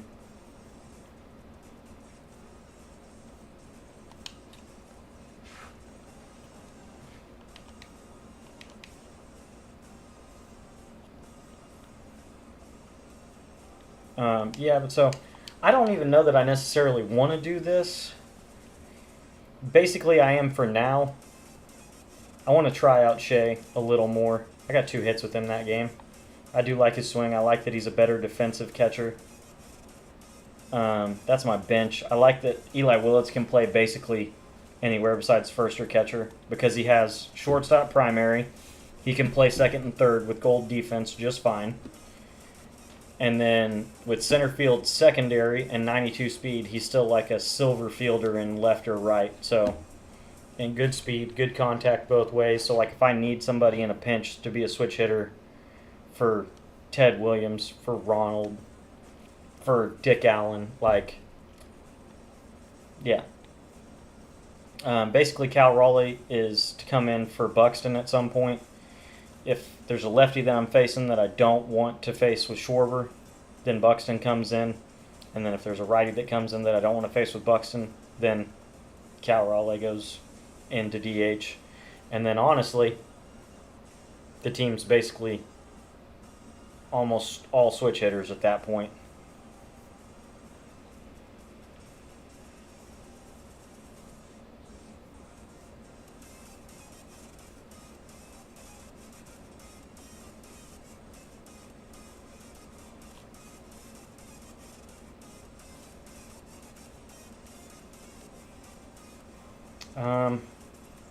I don't know that I'd say this is my best rotation.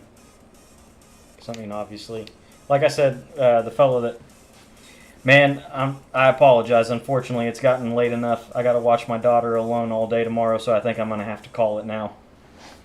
I'm sorry, man. Like I said, we should be doing some co-op tomorrow night at some point, I believe.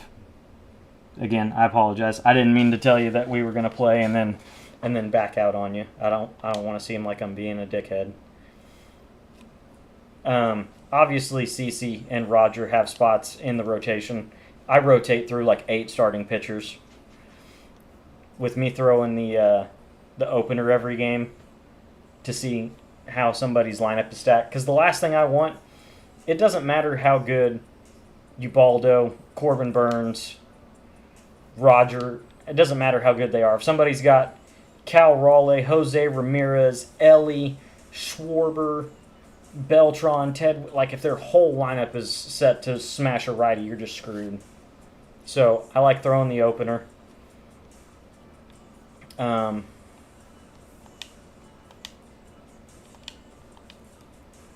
His price is kind of climbing. I'm ready to just sell him. I haven't even used him yet. I'll save his energy for the next Weekend Classic when I get him in the rewind. Or when his price dips and I can just buy him for cheaper and then pitch him.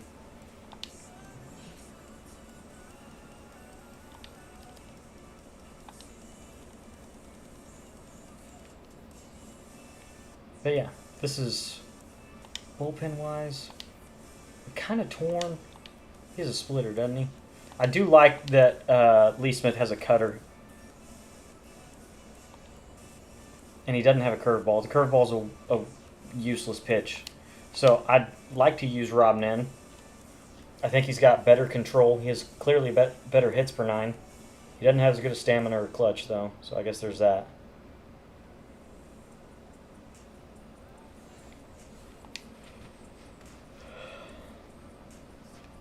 But yeah, I'd say this is probably my God squad as of now. Insert, depending on pitcher energy, like I'd use Ubaldo, CeCe, Warren Spahn, Roy Halladay. This Kyson Witherspoon, I actually liked him the one time I used him. I guess I threw him. I think I got early quits maybe, or I quit out of a game early before the Weekend Classic when I was just trying to build energy back up. But like, I'll throw him in a heartbeat. Hunter Brown has a hard slider. The little bit I've used him, I'll throw him. He's got energy. Greg Maddux. I got to get his energy back because I just used him. But again, went surprisingly well that last time I used him there on All-Star. Didn't like Logan Webb when I used him at all. Chris Sale, Kikuchi. We used him in that co-op game. I used him in a ranked game, and he did fine. I don't remember using Bubic, but I guess I did. And he got lit up. So, goodbye forever. Skeens, I don't think I actually used him online. That was just CPU. Christopher Sanchez, I don't think I've thrown. I did in an event game. But Jose Soriano, I really enjoyed him. I will throw him again at some point when I need a righty with energy because he's got full energy. Kind of stinks that this pitch mix isn't better. Take the sweeper away and give him his splitter, and this is one of the best pitchers in the game, I'm telling you. He's got a deceptive delivery, sinker cutter, slider for a primary, so his control's through the roof on it. His fastball, his four seam's hard enough to play off of everything else and just be annoying with it. If I ever pull the 98 Scooble, I'll keep him, and then he'd be an option to throw as well. I'm not throwing this one. The attributes are so bad. So bad. And I had one decent game. I pitched him in a weekend classic and got to quit. Like 2 innings, no runs. But I'm not. Nope. At this point, those attributes are not good enough. I'm trying to think if there's anybody else low overall that I would throw. In a pinch, maybe Sonny Gray. The guys that throw like super drastically straight over the top and throw sinker cutter are always very deceptive, so don't underestimate that, especially if we get a better Sonny Gray card. We may get a trade deadline program. There was so much movement that went on this year. I wouldn't be surprised if we got some, like a program or something, or kind of like we got that Jazz card and we got Randy 2 years ago. So we might see some of that. Or maybe they make a bunch of Tops Now cards about guys that moved. Michael Walker was pretty deceptive. I didn't ever use him online. Okay. I saw a lot of people like him. Dustin May. He's a 90 overall. He's got 105 pitch clutch and amazing pitch mix. One of the nastiest breaks on his sweeper in the game, I think. And so I would throw him again in a heartbeat, and he's got stamina. Fuck John Donaldson. I don't know why mine was just absolute ass for me. I don't know. The last time I pitched him, I got a loss. Gave up Lord knows how many runs out of this 7.88 ERA. The other time he pitched, I got a no decision for him. I came back and tied it up late in the game after he'd come out. He's just ass. I will get the Kluber at some point. He'll be, one of those rotating spots in my rotation. What is their prices at? I'm going to have to buy one of them anyway to get all three. But I thought I would have liked Logan Webb more because the control guys that throw a little harder than Maddux are kind of the good middle ground for somebody like me. I don't play on Legend. So like Maddux is gross on Legend because it doesn't matter. Everything's fast on Legend and they break like crazy. But somebody like Kluber whose sinker's 95, I feel like I could pitch better with. I've liked Kluber cards in previous years. The 90 that we got this year, or 89 in the first weekend classic, I hated it. He pitched for me twice and never took the mound again. He got lit up. I may really like I love Chase Utley's swing. And I'm pretty close. Maybe tomorrow night. Definitely by the time I do some of the new programs that come out. We're getting an outfield assist program tomorrow, I think it's called. Yeah. Who knows? If we didn't get Ronald in the Speedway Classic program, I was pretty sure that we were going to get, because that ridiculous throw he had last week, that he could have been a 99 overall with like amazing fielding and arm strength.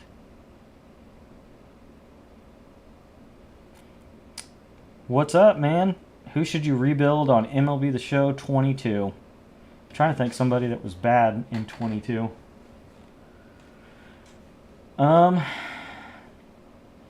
I mean, the Nats is always a good go-to. A fun one to see how it turns out, maybe the Royals, because they were still pretty young that year. I think that was if I remember correctly, that's the year that Bobby Witt Jr. made his debut. He had like a prospect card at the beginning of the year that was really good. It was like a rare round pack card. So the Royals might be a cool one. An interesting one, if you're looking to, like, I'm guessing by your name maybe that you might be making a video or something out of it. Do the Angels. What would have happened if the Angels actually traded Shohei and got pieces for Shohei instead of letting him sign somewhere else in free agency? What would happen with the Angels if they traded Mike Trout and got a giant haul for Mike Trout? Maybe the Angels is the best answer. You could trade both those dudes for half of two different teams' farm systems and have so many pieces to rebuild with. So, there you go. That's my final answer. I think the Angels would be a cool one, especially since you get Ohtani and Trout in 22 to possibly deal. Thoughts? Man, like typical. I hate doing it. 17 of y'all in here hanging out. I appreciate everybody kicking it with me. But I do believe that's going to be it for tonight. It's been real and it's been fun. It's been real fun. Dang, man, only one subscriber tonight. We're 2 away. Maybe tomorrow night we get 2 new ones. We hit 100. That'll be the next 10, and we can shotgun a beer and celebrate together. We'll make a little short. Pittsburgh would be cool. Yeah. Brian Reynolds was really good in 22. O'Neal Cruz made his debut in 22, didn't he? Probably would have been faster to go the other way. I think that was the year before they got Carlos Santana. Yep. It's slow going early, man. Just keep plugging away. Keep plugging away. I got an alert this morning about getting my 3,000 viewership hours for monetization, but you also got to get 500 subscribers to monetize, so I'm still a very long ways away from that. So we're just going to keep gaming and having fun and meeting new people, man. But yeah, the Pirates would be a good one. If you wanted to do like a National League and an American League, diametric sides of 2 different sides of the coin. The only downside is that you don't have Skeens to build around because it was before he got drafted. Jared Jones might have been in their farm system as a young guy, but there's no way that he was as good as anticipated. I saw that Ke'Bryan Hayes hit a home run against the Braves tonight. I saw on Twitter that Demu was criticizing them making that trade instead of getting Suarez because they needed offense at third base. And instead they got a guy who hasn't hit a home run since the beginning of May and only has 2 on the season. What's he do? Demu was running his mouth, so he hit a home run against us. But yeah, Brian Reynolds would be cool to build around. I do believe Kutch was on the Phillies to start that year. Either that or it was it was one of those weird ones. Phillies, Brewers, something like that. I do believe he worked his way back to the Pirates that season, or maybe it was that off season after 22. But yeah. I've never done any of those rebuild things. I'm sure that's pretty fun to do. I've never really got much into franchise after I've got back into the show.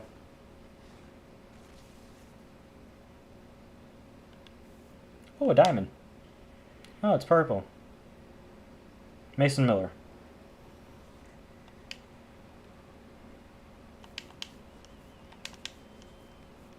Dane Dunning. He's at least got a decent pitch mix if you really want to force a Tier 3 boost. Could I pull Turek Skubal? No. We'll pull a base round guy. Randy Rodriguez. Alrighty. Well, let's look and see what our progress is in the multiplayer program. 13 more hits to finish Tier 2 of that. That'll get you 10 points. to 40, which is useless. About halfway through the strikeouts because it has to be ridiculous. Yeah. That's not a bad idea, trading the two of them. There's definitely the two biggest pieces you would have in MLB The Show 22 to try to rebuild around, like get pieces to rebuild around.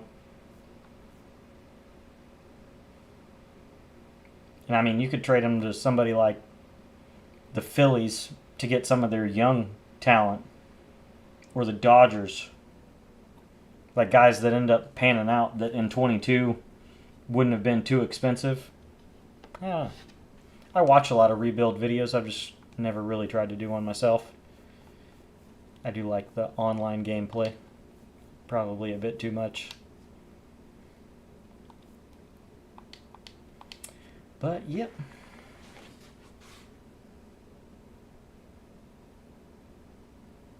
Oh yeah, that's what I was saying. I have almost no doubt that the Angels are going to do the same thing that they did with Ohtani. They're going to keep him. They're going to get their compensatory draft pick for him walking in free agency, and they're just going to continue to sell tickets and Trout jerseys until he's gone. I think he signed through 27, maybe.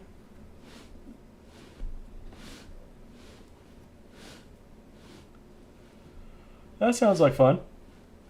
I need to get a little better at commentating while I play. It's hard when it's a close game. I end up locking in or trying to lock in. It doesn't always work, but trying to lock in and just don't speak a lot sometimes.